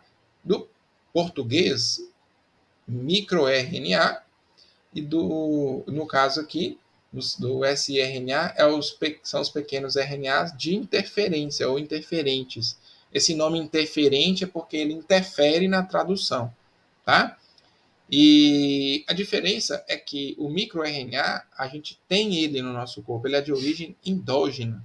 Nós já tínhamos isso no corpo e foi descoberto até, de certa forma, recentemente. O siRNA ele foi descoberto em vírus, de origem exógena, então a célula é infectada por isso. Posteriormente, foi descoberto também na figura de um tipo de RNA chamado de retrotransposon, que faz o mesmo tipo de inibição. E o siRNA, o que é interessante é que com a descoberta disso, eles pararam para conseguir desenvolver in vitro, né, em laboratório, esses RNAs de interferência. Então, para quase todos, não, mas uma grande parte de genes, é possível se produzir RNAs de interferência que vão atrapalhar ali e silenciar aqueles genes.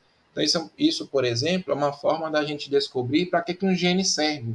Eu gero ali um RNA de interferência que vai inibir a tradução daquele gene. E aí eu sei como a falta daquele gene vai afetar a célula e eu posso deduzir a importância daquele gene para a célula muitas vezes. Então, isso aí é muito usado na pesquisa científica da área básica, especialmente, né, quando você tem aí estudos para saber como funciona uma determinada proteína, né, no câncer ou em outras doenças, tá? Então, aqui tem um esqueminha que mostra mais ou menos como isso funcionaria. E aqui, vamos ver aqui, ó, eu tenho basicamente de um lado o RNA de interferência ou o microRNA. Então, eu tenho aqui um precursor de microRNA, né, ou seja, lembra daqueles RNAs que eu falei que formam grampos, né, como por exemplo RNAs do próprio splicing, né? Tem uma proteína chamada dicer, ou dicer, né, que ela quebra esse microRNA aqui, tá? Que está na forma de grampo, e retira aqui esse pedacinho. Esse pedacinho é o pequeno RNA, ou microRNA. Esse microRNA ele vai ser utilizado por um complexo, né? Ele vai se ligar com a proteína chamada argonauta, que vai se complexar com outras proteínas para formar um complexo, que é o complexo RISC. Tá? RISC, acho que é complexo de silenciamento induzido por RNA. Complexo de silenciamento induzido por RNA, ou seja, várias proteínas vão gerar o silenciamento genético, né, usando o RNA como base. Tá? O que o RISC faz, então? Uma vez que eu tenho essa sequência aqui, essa sequência de nucleotídeos de RNA se ligam a outros RNAs, no caso mensageiros, tá? A partir do complexo RISC, e isso vai impedir a tradução, a ligação, a tradução dessa proteína, ou mesmo vai encaminhar esse RNA para ser degradado por exonucleases, tá? Pode acontecer ainda de um efeito aqui, em vez de formar o HITS, né, formar o HITS, que é um complexo aqui, no caso, que vai fazer esse silenciamento a partir da ação do complexo sobre a cromatina e a heterocromatina. Em vez de ser aqui no nível de transcrição, vai ser lá no nível basal ali, de antes da transcrição, né? Impedindo a transcrição por formar a heterocromatina. No caso aqui, por metilação do DNA e das histonas, tá? Como eu já mencionei lá atrás. Então, isso aqui também é um mecanismo já bem estudado, né? E aí hoje eles manipulam, aqui no caso do RNA de interferência, né? O vírus replica, ele forma um RNA de fita dupla, e aí a dicer faz a mesma coisa, porém com o RNA do vírus, de fita dupla. Quebra aqui, tira o fragmento, que vai servir aí de orientação né, que vai afetar a expressão gênica. Aí o que eles fazem hoje? Eles geram esse RNA de fita dupla, esse RNA de fita dupla, com a DICE eles produzem ali o seu RNA de interferência específico para um determinado gene e testam esse siRNA na célula e vê o que vai acontecer.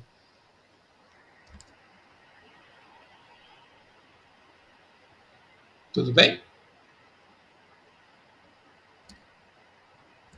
Ficou complexo demais? O que vocês me dizem? Professor, uma coisa que eu ia te perguntar é que você comentou rapidamente sobre transposão. Transposão, desculpa. Ele entraria também, porque ele não é regulatório, né? Eles são retrotransposão. Ah, tá. Esse é regulatório. Esse é regulatório. O retro é regulatório. Mas é porque eu pergunto, porque eu lembro daquele experimento do DNA saltatório, né? Que era feito até com milho, se eu não me engano. Isso. Aí ele também entra como regulatório se ele é retrotransposão.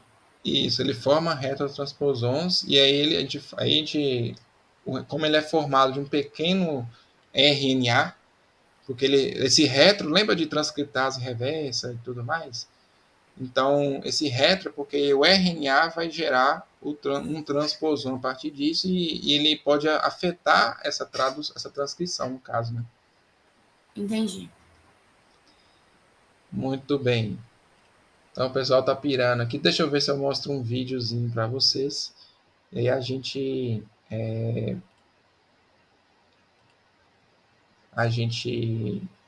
talvez esclarece um pouco mais as dúvidas sobre esse assunto. Só um minutinho aqui.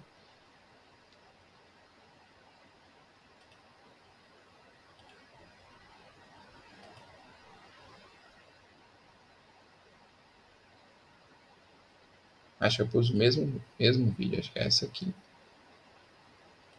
Compartilhei o mesmo vídeo de antes, né? Mas quando aparecer aí, vocês falam, tá bom?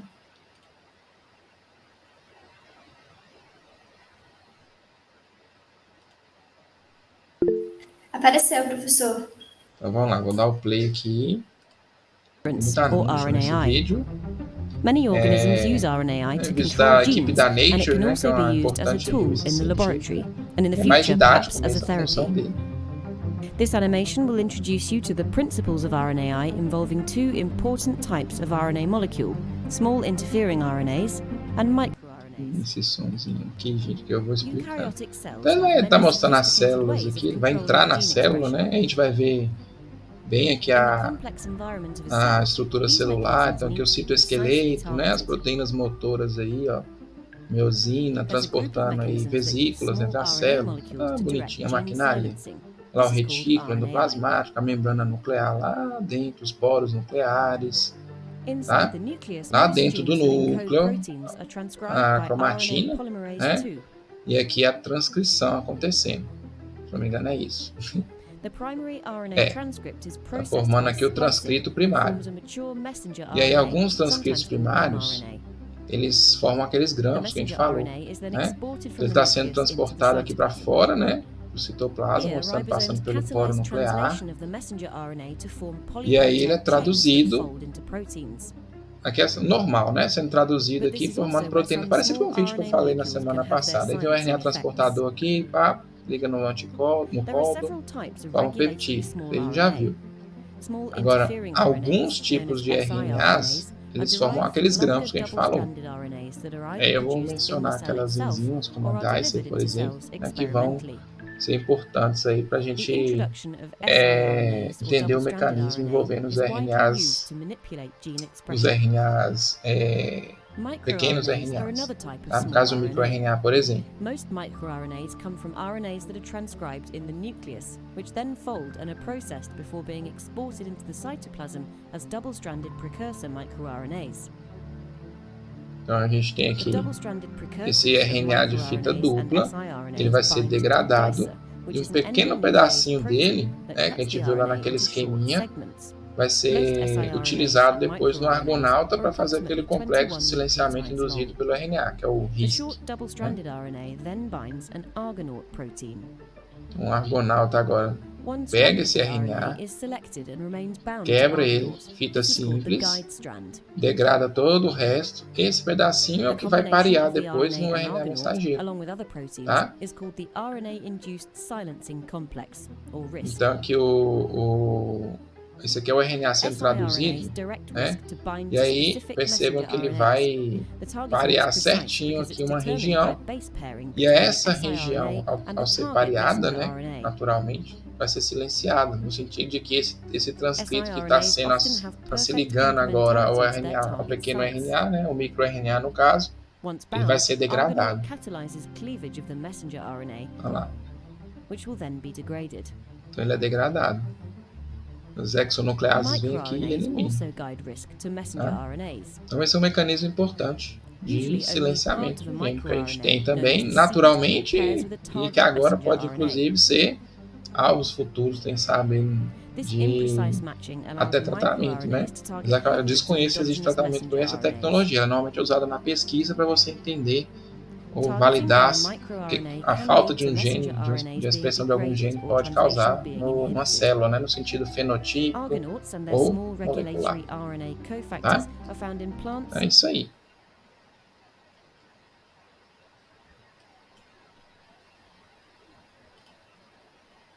Beleza, gente? Sim, professor, se puder, por favor, mandar o material que você apresentou hoje, os vídeos também, que eu repasso para os demais, tá bom? Tá bom.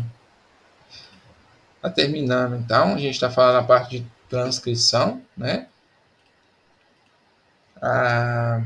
Agora a gente vai pegar o finalzinho, que é a tradução. Antes, durante e depois da tradução, o que pode acontecer que chega a afetar a tradução propriamente dita. Então, vamos lá. Aqui, você pode alterar o sítio de iniciação de uma tradução. Então, obviamente, se eu alterar o sítio de iniciação, eu posso parar de ter uma produção, uma síntese proteica. Então, aqui ele mostra, por exemplo, o complexo, né? Ele relaciona isso aqui muito com o ferro, o íon ferro. Tem uma proteína chamada ferritina, que é a principal proteína que vai sequestrar o ferro no nosso corpo. Porque o ferro é uma substância tóxica, pode gerar radicais livres, pode gerar reações de óxido-redução, né, que podem, basicamente, destruir a membrana celular, pode gerar mutações no DNA, ou mesmo inativar proteínas. Então, o ferro ele sempre está sequestrado, ele sempre é liberado, né, quando necessário. Então, a proteína ferritina, ela é regulada pelo complexo aconitase, uma proteína, na verdade, chamada aconitase. Tá? Então, aqui mostra o RNA mensageiro, no caso, da ferritina, né? E aí ele é traduzido e forma aqui, isso aqui seria, no caso, a proteína verdinha aqui seria a proteína ferritina. E ele mostra aqui que é o seguinte, a aconitase, ela consegue se ligar aqui nessa região, que é antes, né? Antes do sítio AUG, não sei se vocês lembram, o sítio AUG é o sítio do primeiro aminoácido, tá? O aminoácido inicial, e aí com a aconitase prendendo aqui, ó, essa região inicial do RNA mensageiro, a tradução não acontece. Então, um mecanismo de interferência, digamos assim, da aconitase sobre a transcrição aí da ferritina. Tá? Isso tem bastante a ver com, por exemplo, a absorção do ferro, né, no intestino. Eu tenho um esqueminha aqui, por exemplo, que a gente até mostra isso aí em relação à ferritina e a outra enzima, outra proteína chamada transferrina. Quanto a ferritina é um complexo que, digamos, gerencia o ferro intracelular, a transferrina, ela, como o nome sugere, transferrina, ela é mais para o transporte do ferro mesmo. Tá? E aí a gente mostra como a aconitase funciona de formas diferentes. Né? Então, olha só, numa situação onde você aqui, ó, iron starvation, quer dizer, você está aqui com uma carência de ferro no organismo, se você não tem muito ferro, a célula está com pouco ferro, você não precisa de ferritina, concorda? Então, o que a aconitase faz? Ela se liga aqui, como eu falei lá, naquele sítio inicial de tradução, e aí não se produz ferritina. Simples assim. Eu não tenho ferro, não preciso de ferritina, então a aconitase vai meio que estar associado com a percepção, né, de que existe ou não ferro disponível no meio extracelular, tá? Agora, a enzima transferrina, por outro lado, ela precisa estar atenta se tem ou não tem ferro. Então, se está faltando ferro na célula, a célula precisa transportar mais ferro para dentro da célula. E aí, a aconitase faz o efeito contrário. Ela, ao se ligar no receptor na transferrina, no caso, né, no receptor, ela estimula a tradução. Tá? Então, olha só, a aconitase nesse gene, ela inibe a tradução. Nesse transcrito, né, nesse RNA mensageiro, ela inibe a tradução, porém nesse aqui ela estimula a tradução. E aí você tem a formação, então, da transferrina. Aí a transferrina vai para a membrana e aumenta a captação de ferro para a célula. E aí quando a célula começar a ter muito ferro, o ferro vai se ligar à aconitase, ó.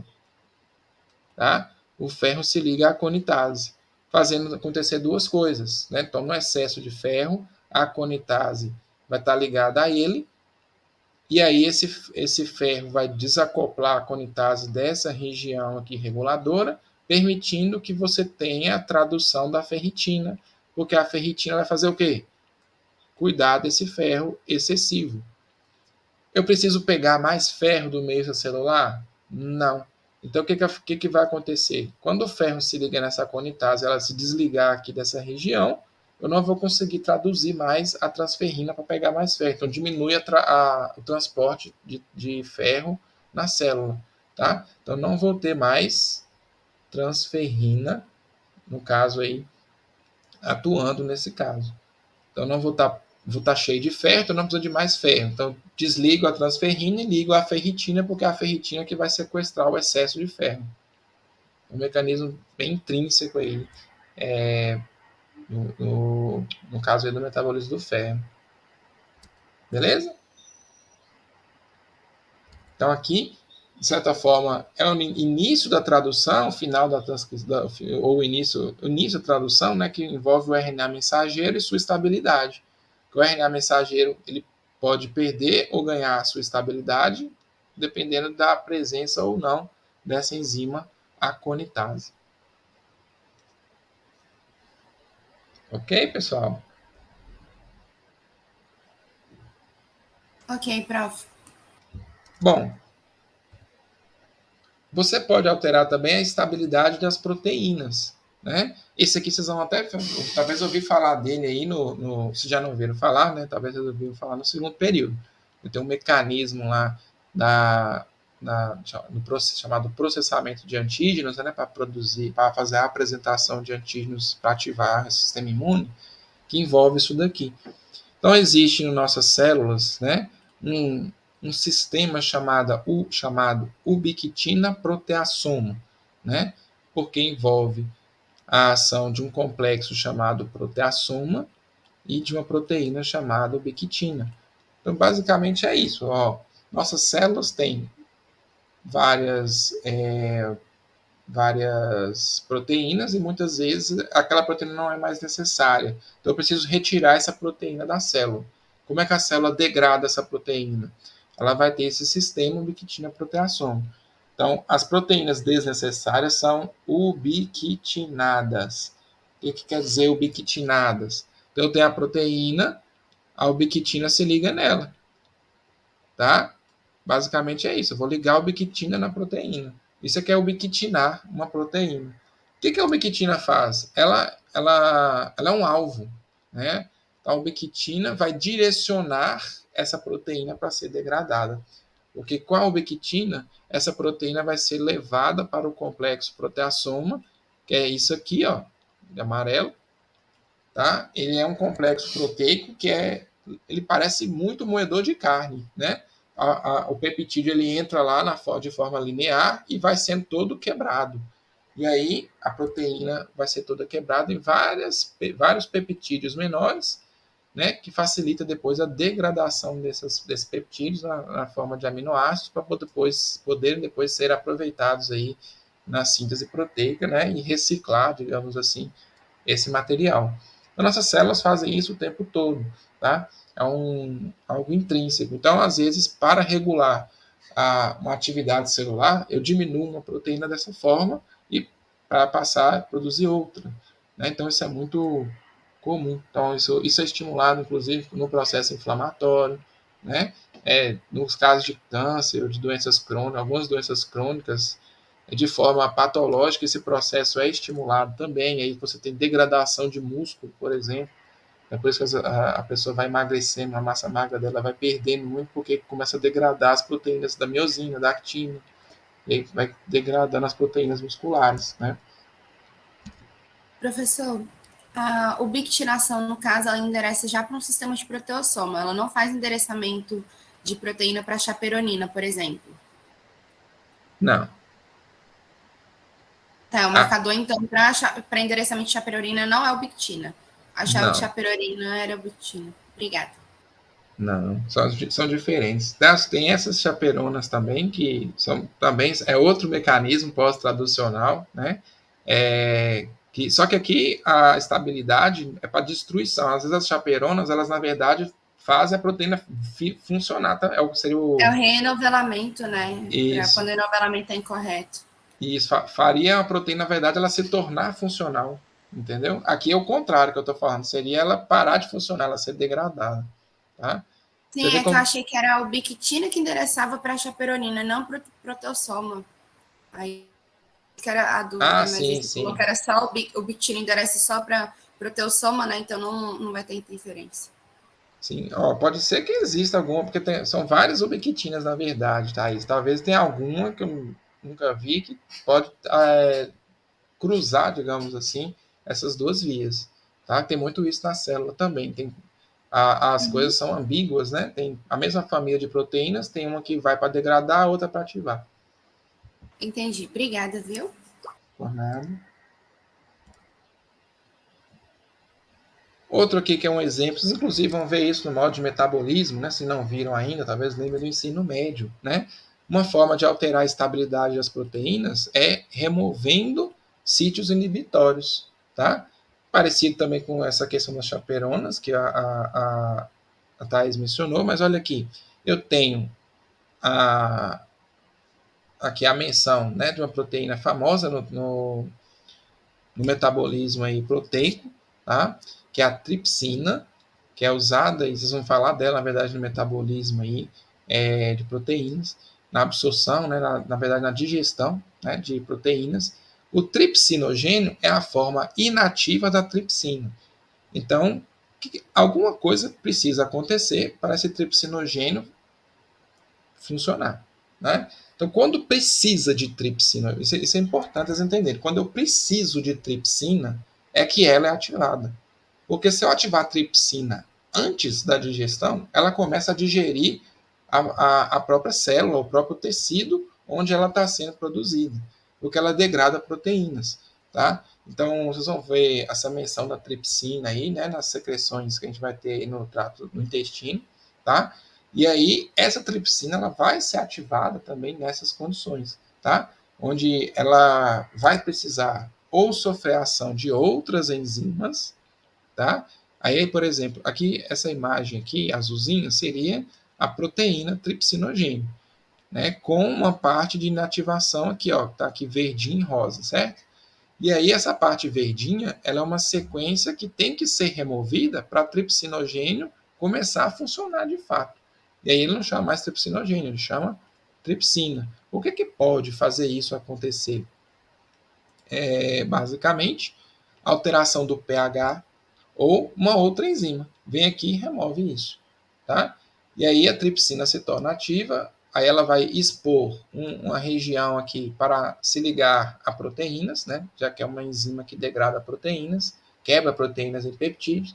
Aí agora, se tiver proteína na sua refeição, essa tripsina vai quebrar essa proteína aqui em vários peptídeos, tá? Então, eu para garantir que essa enzima ela haja apenas quando necessário, no momento certo, eu vou ter aí essa tripsina sendo utilizada, né, no caso aí, no trato intestinal, tá? Por fim, gente, tem o endereçamento também das proteínas. Naturalmente é simples. Se a proteína tem que funcionar em algum local, eu preciso garantir que ele só funcione naquele local. Se essa proteína não for endereçada para aquele local, ela não funciona, tá? Então, é isso que basicamente se refere aqui ao endereçamento de proteínas. Então, eu preciso muitas vezes, aqui tem o RNA mensageiro, lembra lá o dogma da biologia, tá? Ele vai ser então aqui processado, depois ele é traduzido, aí essa proteína aqui pode ser traduzida no citoplasma, pelos ribossomos do citoplasma, né? E aí essa proteína já sai aqui como uma sequência sinalizadora, tá? Esses ribossomos, então, podem vir a ser traduzidos já agora no retículo endoplasmático, e aí, finalizando essa tradução, essas proteínas são liberadas dentro do retículo, e lá elas vão sofrer um monte de modificações pós-traducionais. Ela pode ser glicosilada, acetilada, fosforilada, tá? Uma série de reações químicas que o retículo endoplasmático rugoso pode fazer, e vai naturalmente aí mandar essas novas proteínas para o aparelho de Golgi, que é onde a gente tipicamente fala que ele vai endereçar, né, como função, né, endereçar a secreção, muitas vezes, desses peptídeos, ou formar aí enzimas, às vezes, os lisossomos, da própria membrana plasmática, tá? Ou no caso do colágeno, né, a proteína é secretada, os anticorpos podem vir a ser secretados, como eu falei, ou você pode também ter nos peroxissomos, né, que não estão mencionados aqui, mas também podem estar sendo formados, né, no retículo endoplasmático e no complexo de Golgi. O complexo de Golgi também gera alterações, né, nessas proteínas. Elas a gente chama de alterações pós-traducionais, tá? Algumas vezes essas alterações, elas como que fala? Essas alterações elas vão inativar ou ativar as proteínas. Normalmente, no complexo de Golgi, elas são inativadoras, para garantir que elas só sejam ativadas em determinadas condições, quando necessário, tá? E aí, o problema que a gente pode ter aqui, basicamente, é se alguma coisa interferir nessa sequência sinal, tá? E aí essa proteína não vai parar onde ela tem que ir, ela fica acumulando na célula. Então a gente tem aí o acúmulo de proteínas nas células por essas razões, e aí isso gera problemas para o funcionamento celular, uma vez que ela não deveria, por exemplo, ficar acumulando aquelas proteínas, tá? Então aqui pode ser também por outra via, né, a via citosólica, essa proteína já é produzida no ribossomo e já liberada no citosol, podendo ir ser transportada, inclusive, para a mitocôndria, né, no caso aqui, cloroplastos, tá? Aqui o peroxissomo, eu tinha falado lá, ele é daqui da via ribossomal. E aqui há ainda a possibilidade de ser, no caso, como a gente fala bastante, né, dos fatores de transcrição, eles podem ser encaminhados para o núcleo da célula quando necessário. E aí, podendo atuar ali de várias formas para estimular crescimento celular, estimular a ser fator de transcrição, fatores inibitórios, fatores de repressão, ativação do esplaciossoma, aí tudo que a gente já mencionou. Então aqui seriam formas, né, também de, digamos, interferir na expressão gênica ao interferir na sequência que vai delimitar onde determinada proteína vai atuar. Então, já não consegui produzir, eu não consegui evitar a transcrição, aí não consegui evitar a tradução, então beleza, eu consigo interferir, então, na sinalização, né, no transporte, às vezes, dessa proteína para ela exercer sua função. Então, seria tipo o ponto final, onde poderia haver aí também o controle, né, da expressão gênica. Beleza? Beleza. O França levantou a mão, prof. Oi, França, pode falar. Ô, Marcos, eu queria só que você me explicasse novamente a ativação da tripsina, se possível, fazendo Ah, favor. sim. Só voltar aqui. Vou falar da tripsina lá no modo de metabolismo. Eu já vou dando uns spoilers para vocês aqui.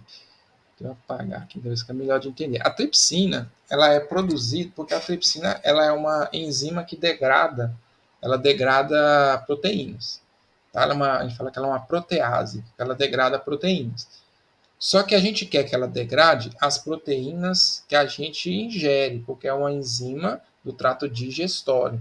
Para você quebrar a carne, por exemplo, você quer quebrar as proteínas da carne para elas serem, os seus peptídeos, seus aminoácidos serem absorvidos no intestino. Só que, do mesmo jeito que ela degrada essas proteínas na carne, na digestão, ela poderia degradar as proteínas da própria célula ou do tecido onde a tripsina está sendo produzida. Por isso, para garantir que ela seja ativada, que ela funcione apenas dentro do intestino, ela tem uma sequência inativadora. Tá? São alguns peptídeos ali, uma sequência de aminoácidos, que está ali impedindo ela de atingir a sua forma final, que nós chamamos de tripsina. Tá? Então, o tripsinogênio é a forma inativa da tripsina. Vocês vão ver muito isso no corpo humano. Tá? Principalmente no segundo período, vocês vão ver lá o sistema complemento, que ele tem a forma inativa e ativa. Aí, quando ativa, vai sempre por clivagem, ela vai quebrando e aí ela se torna ativa. Ou na cascata de coagulação do sangue, você vai ver lá enzimas precursoras, e quando quebra, ela se torna ativa, que quebra outra, que ativa outra e vai fazendo uma cascata. Então aqui a gente tem um princípio parecido. Ele tem uma sequência inativadora, que ela só é removida quando esse tripsinogênio cai em determinadas condições, que normalmente vão ser as condições do intestino. Alterações do pH local, né, do intestino, e a presença de outras enzimas digestivas que podem também remover aquele sítio de inativação. Aí, quando o sítio é removido, o tripsinogênio muda a sua forma, se tornando ativo e sendo chamado agora de tripsina. Essa tripsina consegue se ligar às proteínas, né, para poder fazer a sua digestão, no caso, a sua clivagem. Entendi, professor. Obrigado, tá? Não é nada. Bom, pessoal, acho que é isso, né? O último era endereçamento de proteínas. Mas tem vários outros, tá, gente? A gente comenta sobre essa questão da regulação gênica. Isso aqui é só a ponta do iceberg. Tem muitos mecanismos.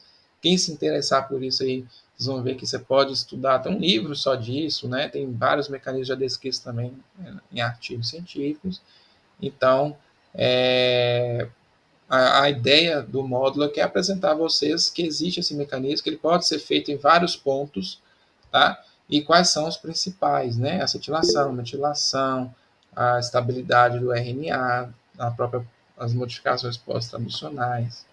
Oi, Kelly. Oi, você pode indicar algum livro que você estava falando que tem sobre esse assunto? Qualquer livro de genética ou de biologia molecular, vocês vão achar isso. É porque a gente no módulo ainda não entrou na parte de genética, mas se vocês pegarem os livros do Thompson de genética, o Griffiths de genética tem isso também. Normalmente todo livro de genética tem isso. Lembra que eu falei que a genética ela não é só a genética clássica, tem a genética moderna. Normalmente os livros de genética abordam os dois. Ele fala da genética mendeliana, né, aquela clássica, e tem a parte de genética molecular. Aí ela vai falar de diferenciação celular, de regulação gênica, aquela parte que eu falei de estrutura do DNA, tem tudo lá.